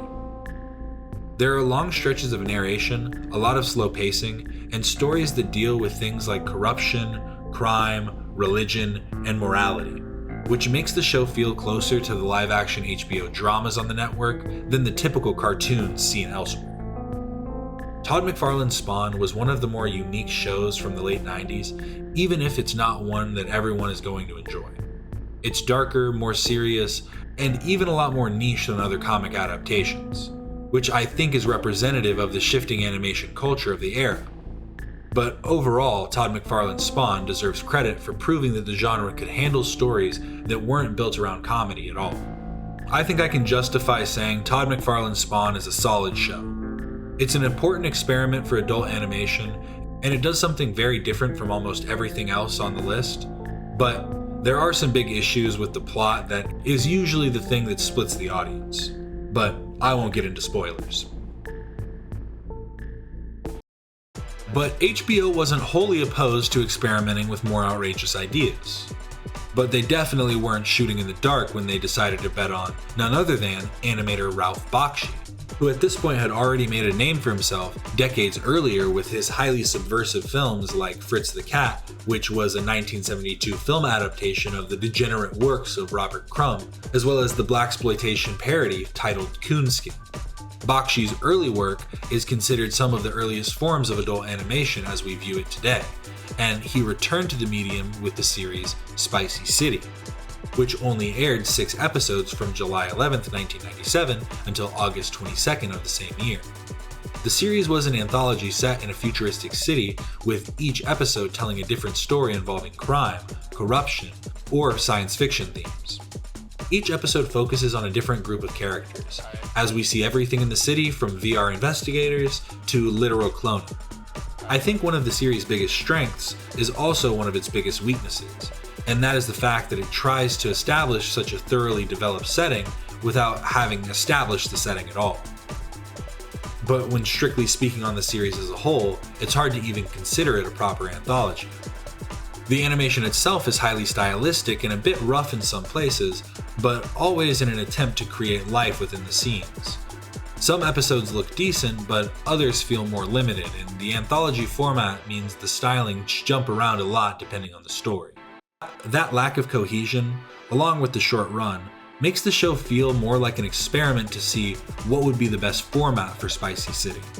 It would have been interesting to see any one of these anthology pieces rather than a fragmented anthology where everything is still set in the same city.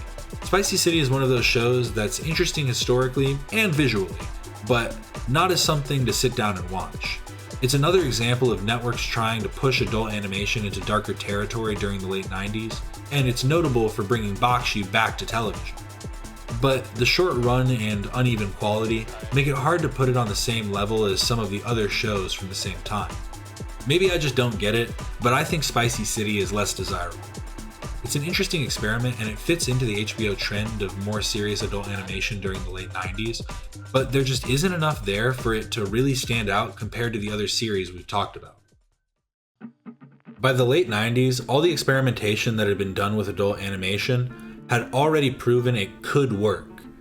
Fox had success with sitcoms, MTV experimented with anthology and surreal comedy, and HBO had started testing darker and more serious material. The series that truly found its stride was South Park. Created by Matt Stone and Trey Parker, South Park first aired on August 13, 1997, and has gone on to run for over 300 episodes across 25 seasons, movies, and specials, making it one of the longest-running adult animated series of all time. The series follows 4 kids, Stan, Kyle, Kenny, and Cartman, living in the small town of South Park, Colorado. The series leans heavily into crude humor, shock value, and extreme satire as the narrative vehicle for the boys, their families and friends, and eventually the town as a whole's insane problems. South Park became known for producing full episodes in a matter of days, which meant the show could make jokes about things that were still in the news. That gave the series a very different kind of appeal compared to other adult cartoons. The humor itself was much more extreme than anything most networks had allowed before. The series constantly pushed boundaries with language, violence, and controversial topics, which made it one of the most talked about shows on television almost immediately. I can imagine it was a bit jarring when switching through the channels to suddenly see what is meant to be a 3rd grader being goaded into putting Grandpa out of his misery. Grandpa, I brought my friends over to watch TV if that's okay. Billy, help Grandpa stick this fork in the outlet. No, Grandpa, I'll get in trouble. Kill me, goddammit! At the same time though, the writing wasn't just random shock humor.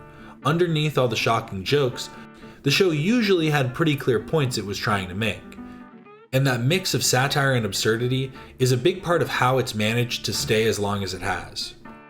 Over the years, the series has dealt with concepts including media censorship, social issues, governmental overreach, and even geopolitics. But at its core, South Park is a show fueled by its intentional counterculture bent. If no one is upset with the newest episodes of South Park, they've done something wrong. The animation style hasn't really changed much over the years, having started with simple cutouts made for 2 animated short films Matt and Trey released in 1992 and 1995, which became one of the first viral online videos, which led to the series. The first episode of the series kept this traditional cutout style, but they quickly switched to digital animation based on the original cutout techniques. But the writing did evolve quite a bit. Earlier seasons focused more heavily on simple stories surrounding the kids, their families, and their class, but the later seasons leaned much harder into political satire and ongoing storylines, but the fact that the show was able to keep reinventing itself without completely losing its identity is one of the reasons it stayed fresh and not gotten completely burned out with the release style. When all things are considered, South Park is easily one of the most important adult animated series of all time. It showed that a series could be made quickly and still work, and it pushed the boundaries of what networks were willing to air more than almost anything that came before it. South Park is easily a must-watch series. Its mix of shock humor, satire, and fast production helped define what adult animation would look like forever. Around this same time, another short-lived experiment in adult animation came from the unscrupulous John Kricfalusi, best known as the creator of the Ren and Stimpy show. While Ren and Stimpy itself was originally marketed as a children's cartoon, Kricfalusi's style always leaned much more into gross-out humor and exaggerated animation than most network shows were comfortable with. And that style carried over into one of his strangest projects, the goddamn George Liquor program, which aired for only 8 episodes starting on October 15th, 1997, before disappearing not too long after. The series was created for Microsoft MSN, and I don't plan on talking about too many internet series, but this felt worth the mention given its origin. The series focuses on George Liquor, one of the recurring characters from the original Ren and Stimpy series, but instead of being built like a normal TV show, the program felt more like a collection of animated shorts loosely tied together. Each episode jumped between different segments, random gags, and exaggerated character animations, with a lot of the humor coming from the same kind of loud, uncomfortable, and intentionally immoral delivery that Kricfalusi was already known for. Compared to most of the other adult animated series airing in the late 90s, this one feels less like a full show and more like an experiment to see how far that style of animation could go without the restriction of a kids' network. The animation itself is very expressive, though having an animatic style that showcases lots of extreme poses and close-up reaction shots. The animation itself is extremely expressive, with an animatic style that showcases lots of extreme poses and close-up reaction shots, but the structure of the series never really settles into anything consistent, which makes it harder to watch as an actual show instead of just a curiosity. The goddamn Georgia Liquor program is more interesting as a piece of animation history than as something that most people would even throw on in the background. It shows how some creators from the early 90s cartoon boom were trying to move into more adult material, but it also shows that not every experiment from that time really worked as a full series. I'm going to have to call the goddamn Georgia Liquor program less desirable.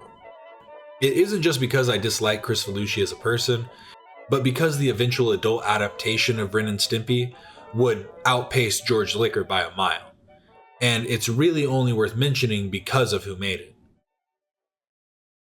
It's time to move to South America with El Siguiente Programa, created by Santiago Mor and Martín Di Francisco, which aired in Colombia on Canal A, running for 93 episodes across 5 seasons between October 29th, 1997 and September 1st, 2000.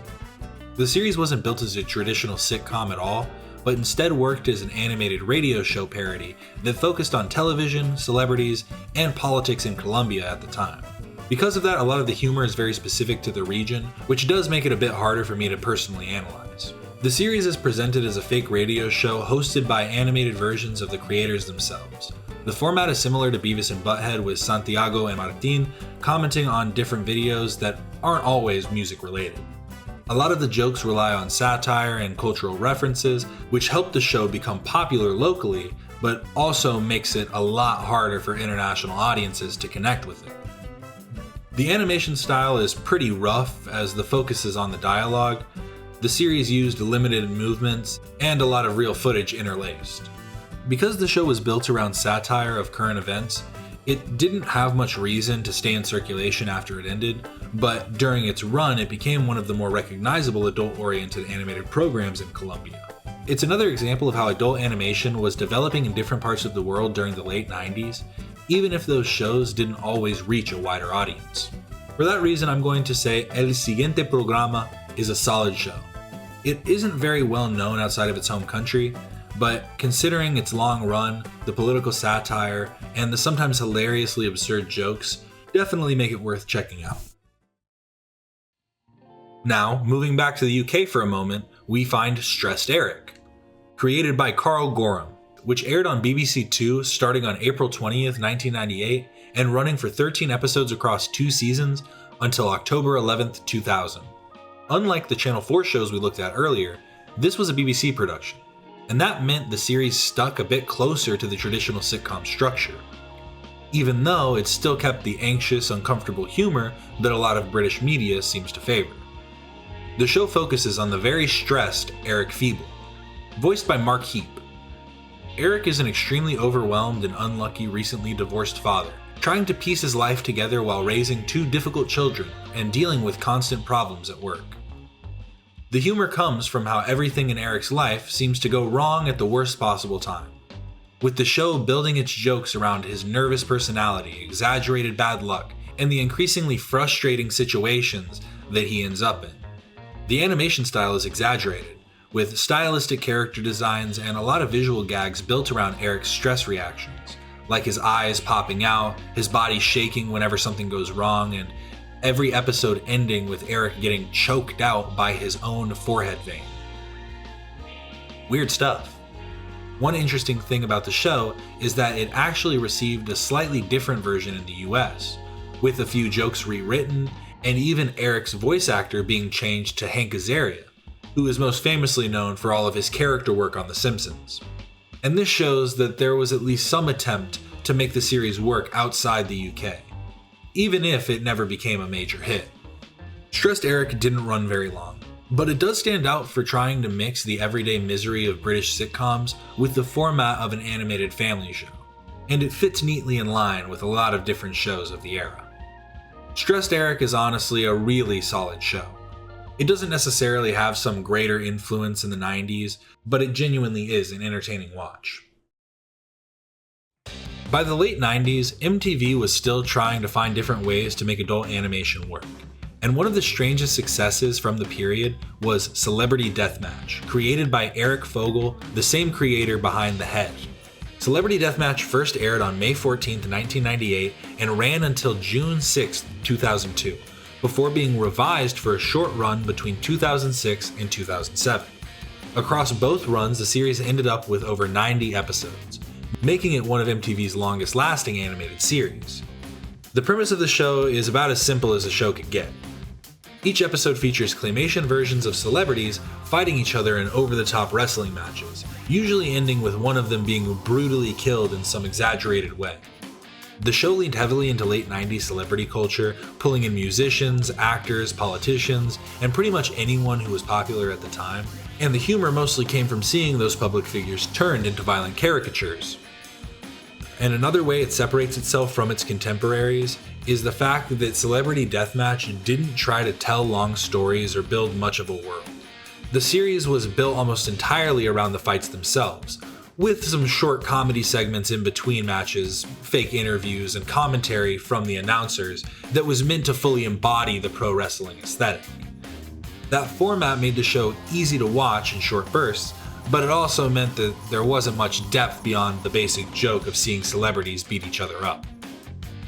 Celebrity Deathmatch is definitely one of the more memorable MTV animated series, mostly because of how well it fit the time it came out. The mix of celebrity parody, shock humor, and violent comedy matched the network's style perfectly, but it also makes the series feel a bit dated. Celebrity Deathmatch is a solid show. It's not one of the most important adult animated series, but it lasted longer than most MTV experiments, and it's at least worth looking for episodes involving your favorite celebrities. Around the end of the 90s, even more networks were trying to get into primetime animation, including the WB, which released the short-lived sci-fi series Invasion America, created by Steven Spielberg and Harvey Bennett. The series aired from June 8, 1998 until July 7th of the same year, for a total of 13 episodes, making it another one of the short-lived late 90s animated experiments. The series follows a teenager named David Carter, who learns that his father is actually an alien.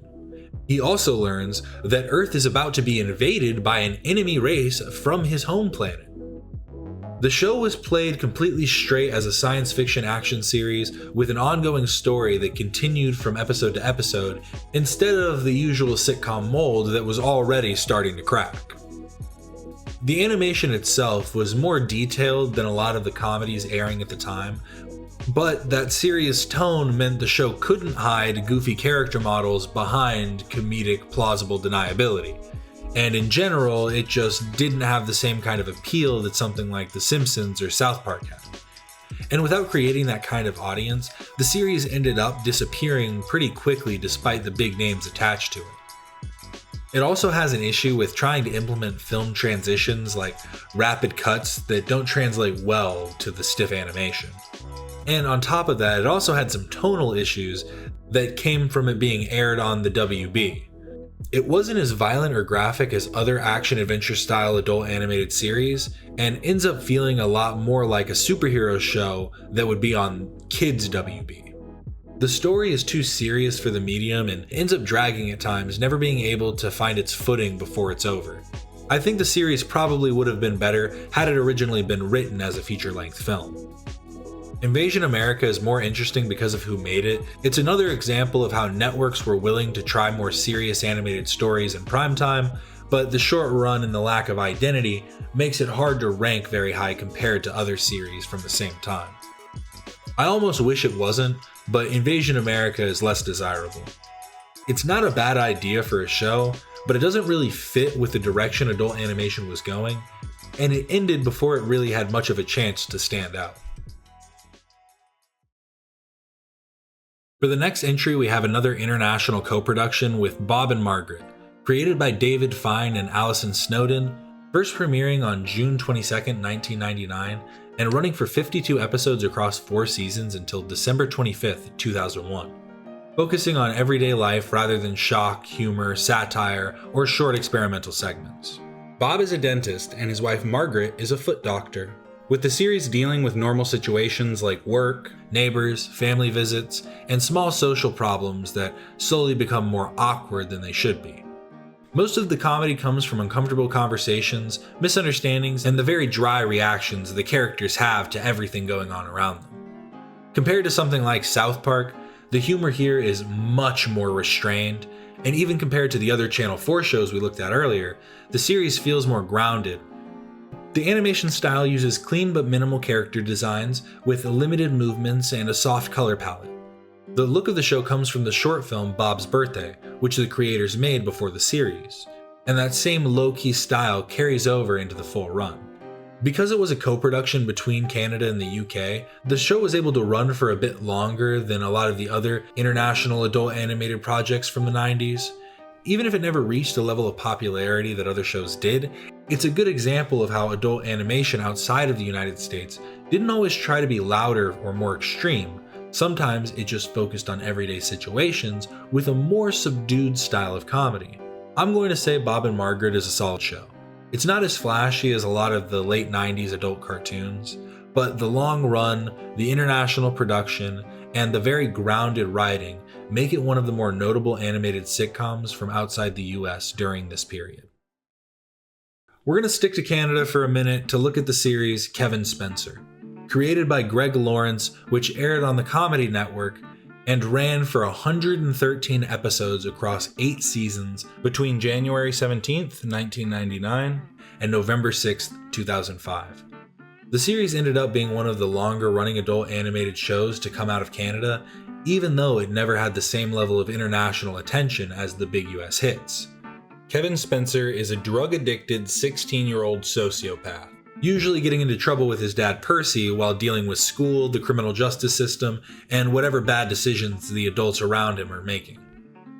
The humor is extremely crude, and most of the jokes are built around drug use, neglect, and how dysfunctional everyone in Kevin's life is.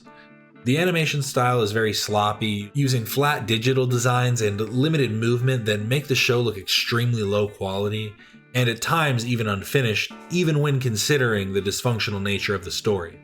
Like a lot of Canadian television from the era, the show was made on a smaller budget, and it tried to make up for that by leaning harder into material that bigger networks probably wouldn't have allowed. But just adding higher levels of depravity doesn't make the show better. He was really sad because he'd been sure Karen liked him, and it hurt a whole lot finding out she didn't. So Kevin set her cabin on fire. At times, the show tries to come off as self-aware, but often misses the timing for its own setups. Because it aired on cable in Canada instead of a major US network, Kevin Spencer was able to run for a long time without needing the kind of ratings that American animated sitcoms depended on. But even after reaching streaming platforms, the show stayed fairly niche. It never had the same cultural impact as something like South Park or The Simpsons, even though it was going for a similar edgy style of comedy. Kevin Spencer is definitely less desirable. It's taking everything in me not to place it in the need not watch tier, but with its long run and distinct style, it's impossible to deny that some people will probably like this show. But I will probably never understand why. Moving back to the UK for a moment, we find Rex the Runt, created by Richard Golazowski and produced by Aardman Animations, which aired on BBC Two between December 21st, 1999 and December 16th, 2001, running for 26 short episodes across 2 seasons. This was another example of the UK using animation in a much more experimental way, with short episodes, surreal humor, and a format that didn't really follow the structure American adult animation was using at the time. Rex the Runt is a small plasticine dog that gets into completely absurd situations that usually don't follow any real logic, alongside his equally strange group of friends. Episodes can jump from normal everyday settings to bizarre sci-fi ideas with no real reason. And a lot of the humor is derived from the reactions the characters give to all of these wacky things that happen around them. And I think this loose structure makes the series feel a lot closer to sketch comedy than a traditional animated sitcom. But it also fits more in line with the kind of offbeat humor that Aardman was already known for. And the animation is classic Aardman stop motion, using clay models with expressive faces and exaggerated movements. By the late 90s, Aardman was already well known for projects like Wallace and Gromit, so while the series tries to keep things really simple, The animation quality here is noticeably more polished than the other stop motions we looked at previously. The short runtime of the episodes also meant the show could focus on quick visual jokes instead of building long stories, which is clearly what the series was in favor of doing. Because it aired in short segments on BBC Two, Rex the Runt never became a mainstream hit, but it did develop a cult following, especially among fans of Aardman's style of animation. Rex the Runt is a solid show in my opinion. It's not as influential as the big animated sitcoms from the late 90s, but the stop motion animation and the absurd writing make it one of my favorite series out of the UK.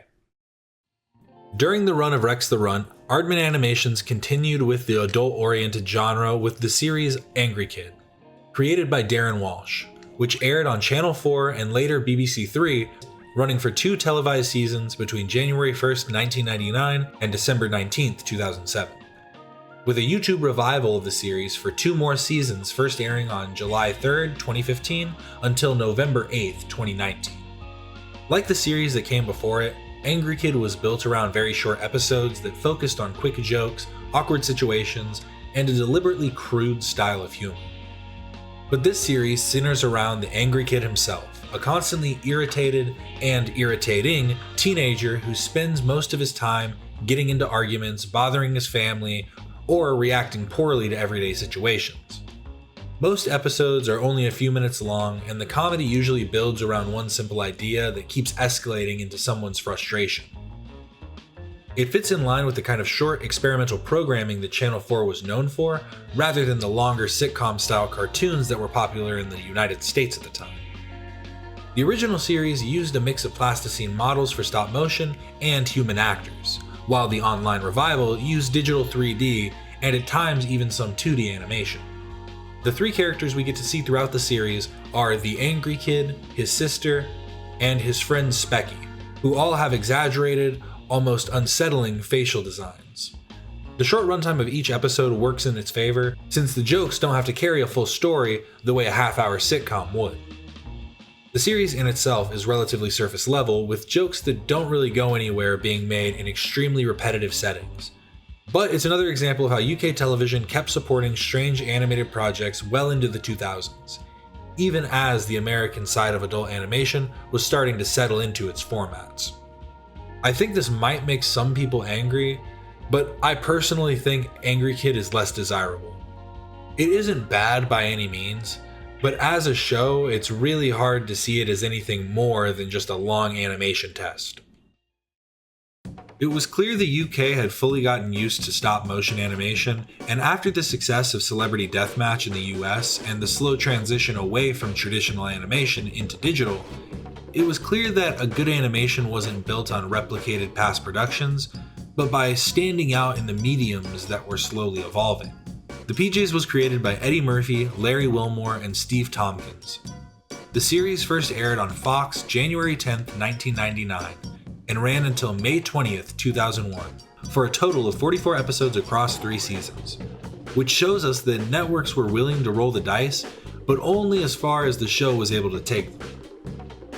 There was a desire to experiment, but it was clear that you could get fed through the network machine quickly if you didn't live up to the hype of a different series that had come prior. The PJs takes place in a rundown housing project and follows Thurgood Stubbs, the superintendent of the building, along with his wife Muriel and the rest of the residents. A lot of the jokes come from the personalities of the tenants and the way they interact with each other. The PJs use stop motion instead of traditional 2D animation, and so the character designs are exaggerated and sometimes a little ugly, but the stop motion gives the show a lot more personality than most of the cheaper looking animated sitcoms from the same era. Each episode took over 2 months to produce due to the animation medium, and that might have been one of the reasons the series fizzled out. At the same time though, the series also never became as big as Fox's other animated shows, and moving from Fox to the WB in the 2000s didn't really help its chances. The PJs is something that people who remember it usually like, but it never really had the time to make the same kind of impact that bigger adult animated sitcoms did in the same era. The PJs is a solid show. It's a good example of late 90s adult animation trying something different, and the writing and animation are both strong, but it never quite reaches the level of bigger shows that ended up defining the genre at the time. By the end of the 90s, even smaller networks were starting to try their hand at adult animation, including UPN, which released the short-lived sitcom Dilbert, created by Scott Adams and based on the popular newspaper comic strip of the same name. The series aired from January 25, 1999 until July 25, 2000, lasting only 30 episodes across 2 seasons before being cancelled. Dilbert is an engineer working at a technology company who is forced to navigate middle-managed misadventures alongside his co-workers and his cynical pet dog, Dogbert. Unlike most of the adult animated sitcoms airing at the time, this series focused almost entirely on workplace humor instead of family life, with most of the jokes coming from office politics, incompetent management, and the kind of frustration that comes with corporate jobs that was then filtered through the show's absurd comedy. That made the show feel a bit different compared to something like The Simpsons or King of the Hill, which were both built around family structures, even with both fathers having jobs that are used in defining their characters. Those series showcase a family man in his work life, whereas Dilbert showcases a working man while occasionally dipping into his home life. The humor itself leaned more toward dry sarcasm, which was obviously a growing comedic style at the time.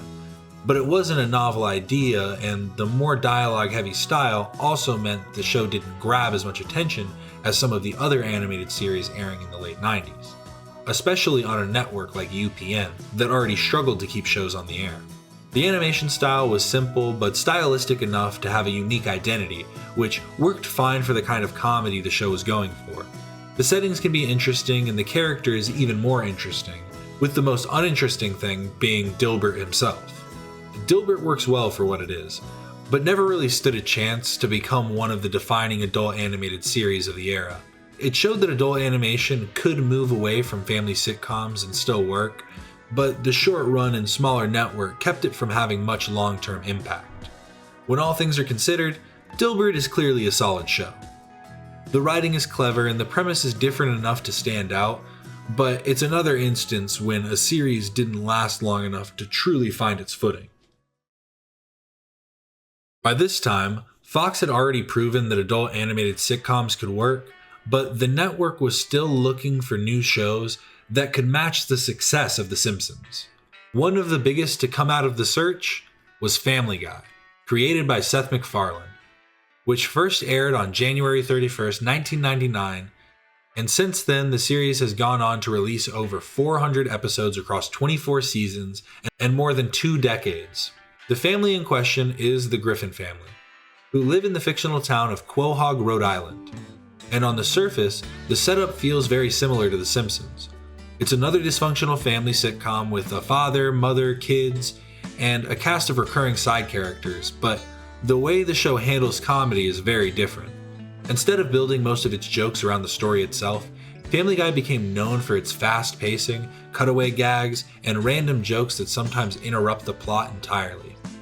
That style is what makes the show both loved and hated. The humor is louder, more referential, and a lot more willing to jump between completely unrelated ideas just to get a joke in. Sometimes that works really well, and other times it makes episodes feel like a Quahog anthology instead of a sitcom. But this irreverent format ends up becoming one of the most recognizable parts of the show. One of the most unusual things about Family Guy is that it didn't actually become successful right away.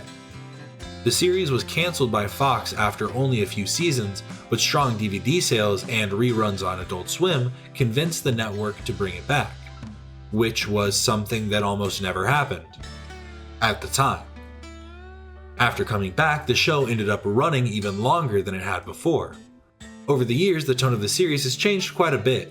Early seasons focused more on the family and the situations they got into, while later seasons leaned harder into cutaway jokes, shock humor, and celebrity parody.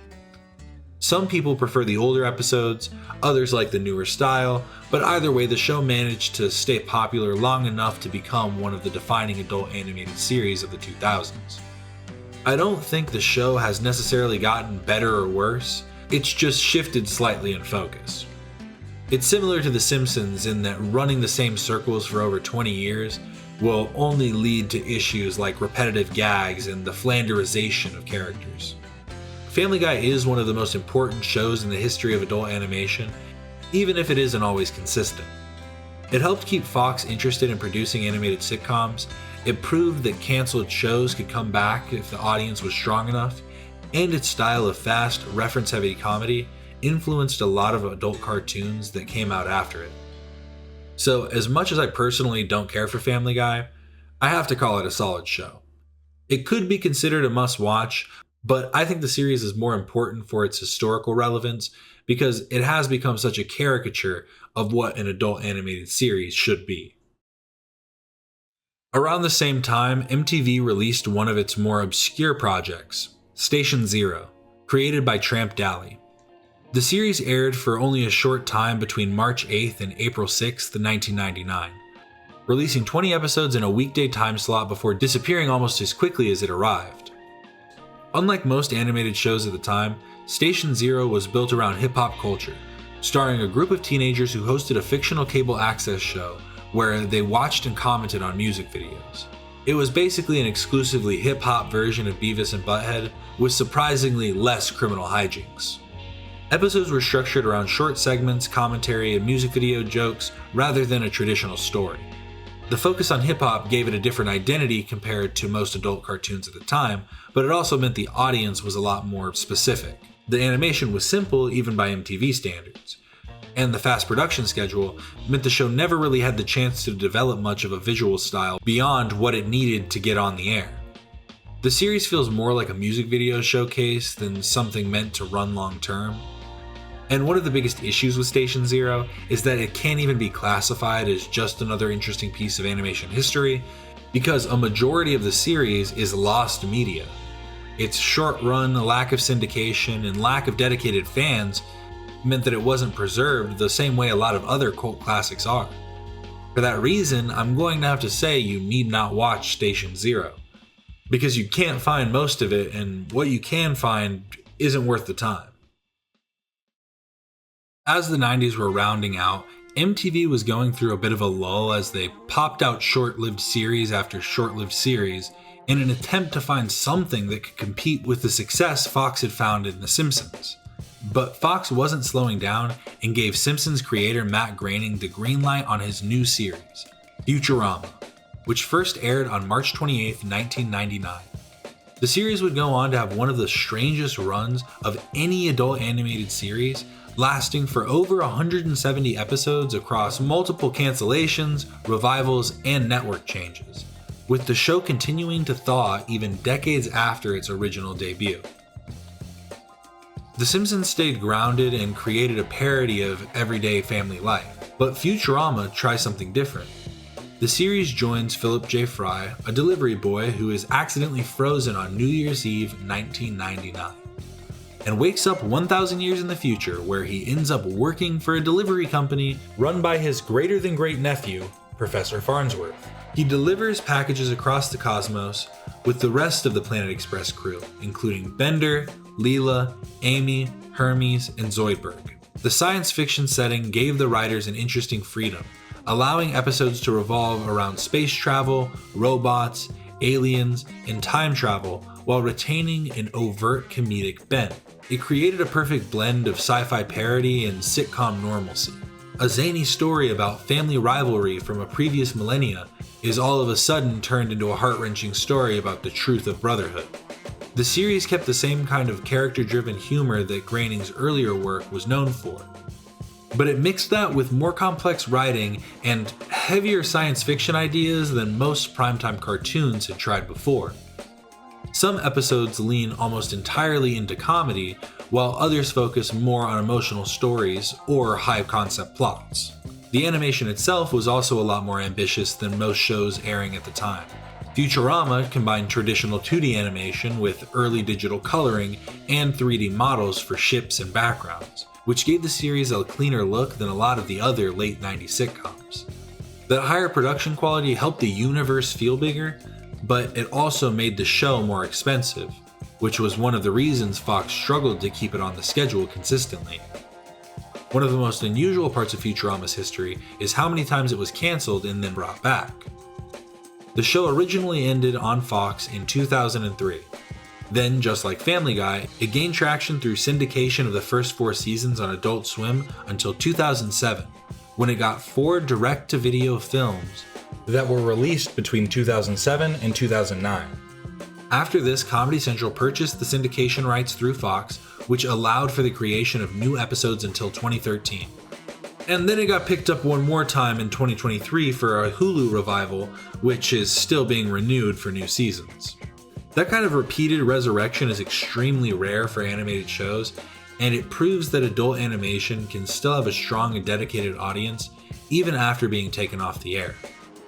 Futurama is one of the most important animated sitcoms of the late 90s, 2000s, and 2010s. It mixed science fiction, comedy, and occasionally some serious storytelling in a way that very few shows were doing at the time. And its influence can still be seen in a lot of later animated series that leaned more into world building and long-form ideas. That's just one of the many reasons I'm calling Futurama a must-watch. The show isn't always consistent, especially with how many times it's been revived, but its creativity and long-term impact make it one of the defining adult animated series to come out of the late 90s boom. Behold, my invincible nuclear mutants! Hi. Hello. Futurama showed us that not every series that would later become a cult classic starts off in the right place. Another good example of that is Home Movies, which was created by Brendan Small and first aired on UPN on April 26, 1999. The series only lasted 1 season on that network before it was cancelled, but it didn't disappear completely, eventually finding a second life on, you guessed it, Adult Swim, where it continued until April 4th, 2004, ending with 52 episodes across 4 seasons.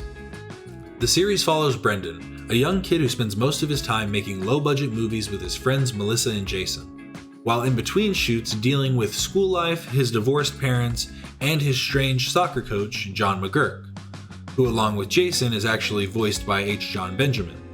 The premise sounds simple, but the humor comes almost entirely from awkward conversations and characters rambling their way through scenes instead of hitting fast punchlines. That makes the show feel very different when compared to the styles of shows like Family Guy or South Park. One of the most notable things about Home Movies is the animation style. The first season used squiggle vision, the same jittery digital look that had been used for Dr. Katz, which gave the show a rough appearance. Later seasons dropped the effect but kept the same Flash style animation, which definitely made the series look cheap compared to its contemporaries, but it also fit the unpolished tone the show was going for. The limited animation put more focus on the dialogue, which worked because, like Dr. Katz, most of the episodes were built around improvisation rather than tightly scripted jokes.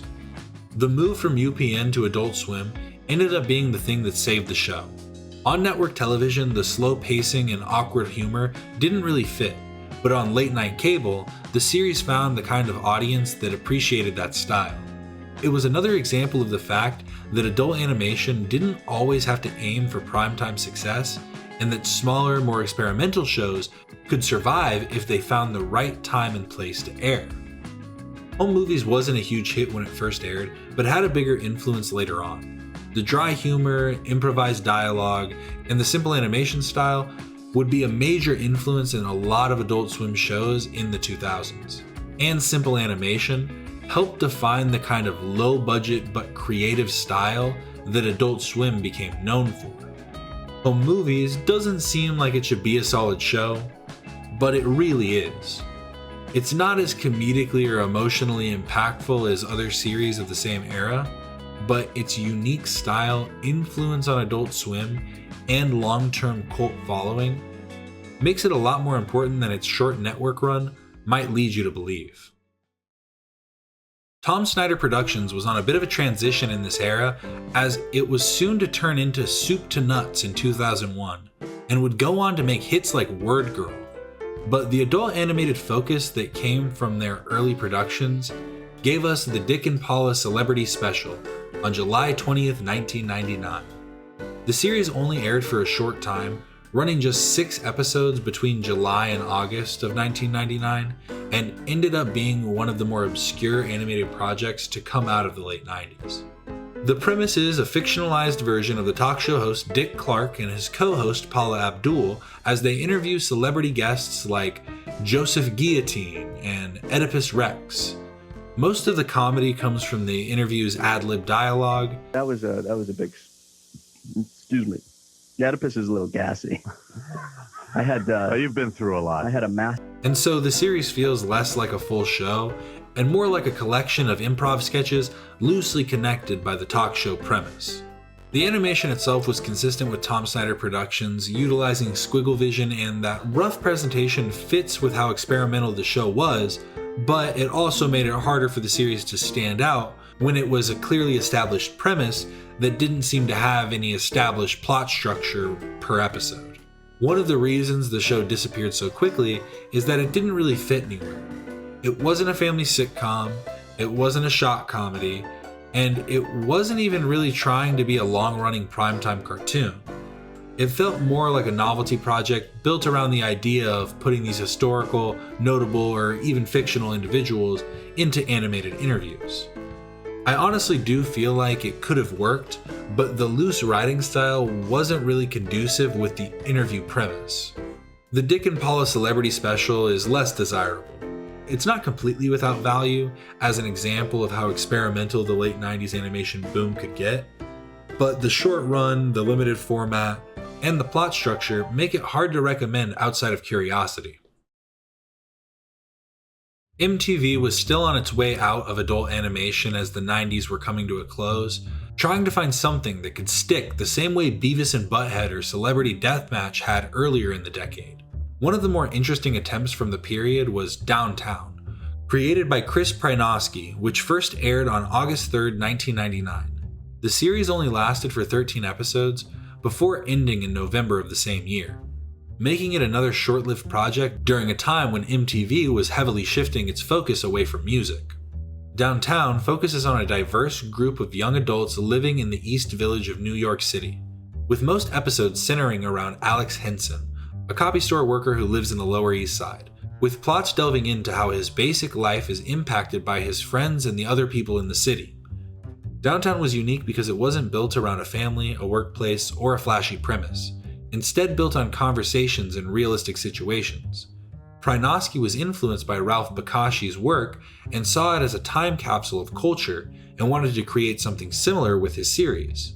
The dialogue was actually based on real interviews with young adults, which gave the show a more natural tone. The animation itself was stylistic, and that makes sense when considering the fact that Prynoski had previously worked on Daria and Beavis and Butthead. I will say that in general the animation can feel a bit stiff, with its best instances of animation being the daydream sequences that completely shift from the show's tone. And in general, I think there are definitely some areas where it could be better, and I think that could have happened with more time. But the show was short-lived and didn't even get renewed after an Emmy nomination for Outstanding Animated Program in 2000. Downtown was very short-lived, but is still a solid show. It didn't run long enough to flesh out its characters or world build like other shows would, but its grounded writing style and cult following make it more memorable than most of the other short-lived animations on MTV. This next odd series we're going to take a look at is yet another example of a different network rolling the dice on an adult animated series, and that is Cita's World. Created by Tracy Z. Zinzer, which aired on BET between September 20th, 1999 and January 3rd, 2003. The series was another music video spotlight style show hosted by Cita, who would discuss music videos she'd showcase, make jokes about life, tell personal anecdotes, and even answer fan mail. It's similar to Station Zero in the ways that it's unsimilar to Beavis and Butthead, reacting to music videos but not expanding on the characters that host. The animation style was extremely simplistic and honestly the only interesting thing to discuss because this might literally be the first instance of a VTuber. Cita was a 3D model that was rigged to capture someone's motion captured movements. This gave the show an interesting appearance, but didn't enhance the series in ways that they could have through its animation. Cita's World is easily labeled as less desirable. It accomplished what it set out to do, and I don't really think it set out to do a whole lot. especially since it came from a network that doesn't usually produce cartoons, and with the short run, the loose format, and the lack of long-term influence, it really does make it hard to recommend outside of niche interest. By the end of the 90s, creators who had already found success in animation were still trying to get new series off the ground, and that led to some shows that had strong creative backing but still didn't have much staying power. That brings us to Mission Hill, created by Bill Oakley and Josh Weinstein, two former writers from The Simpsons, with Mission Hill first airing on the WB on September 24th, 1999. The series only lasted for 5 episodes on the WB, but like a few other shows from this era, it found a second life later on Adult Swim, which burnt off the remaining 7 episodes from May 26th to August 11th in 2002. The series follows Andy French, an aspiring cartoonist working in retail and living in the city of Mission Hill, with his 2 roommates Jim and Posey, along with their dog Stogie, when Andy's teenage brother Kevin comes to live with them.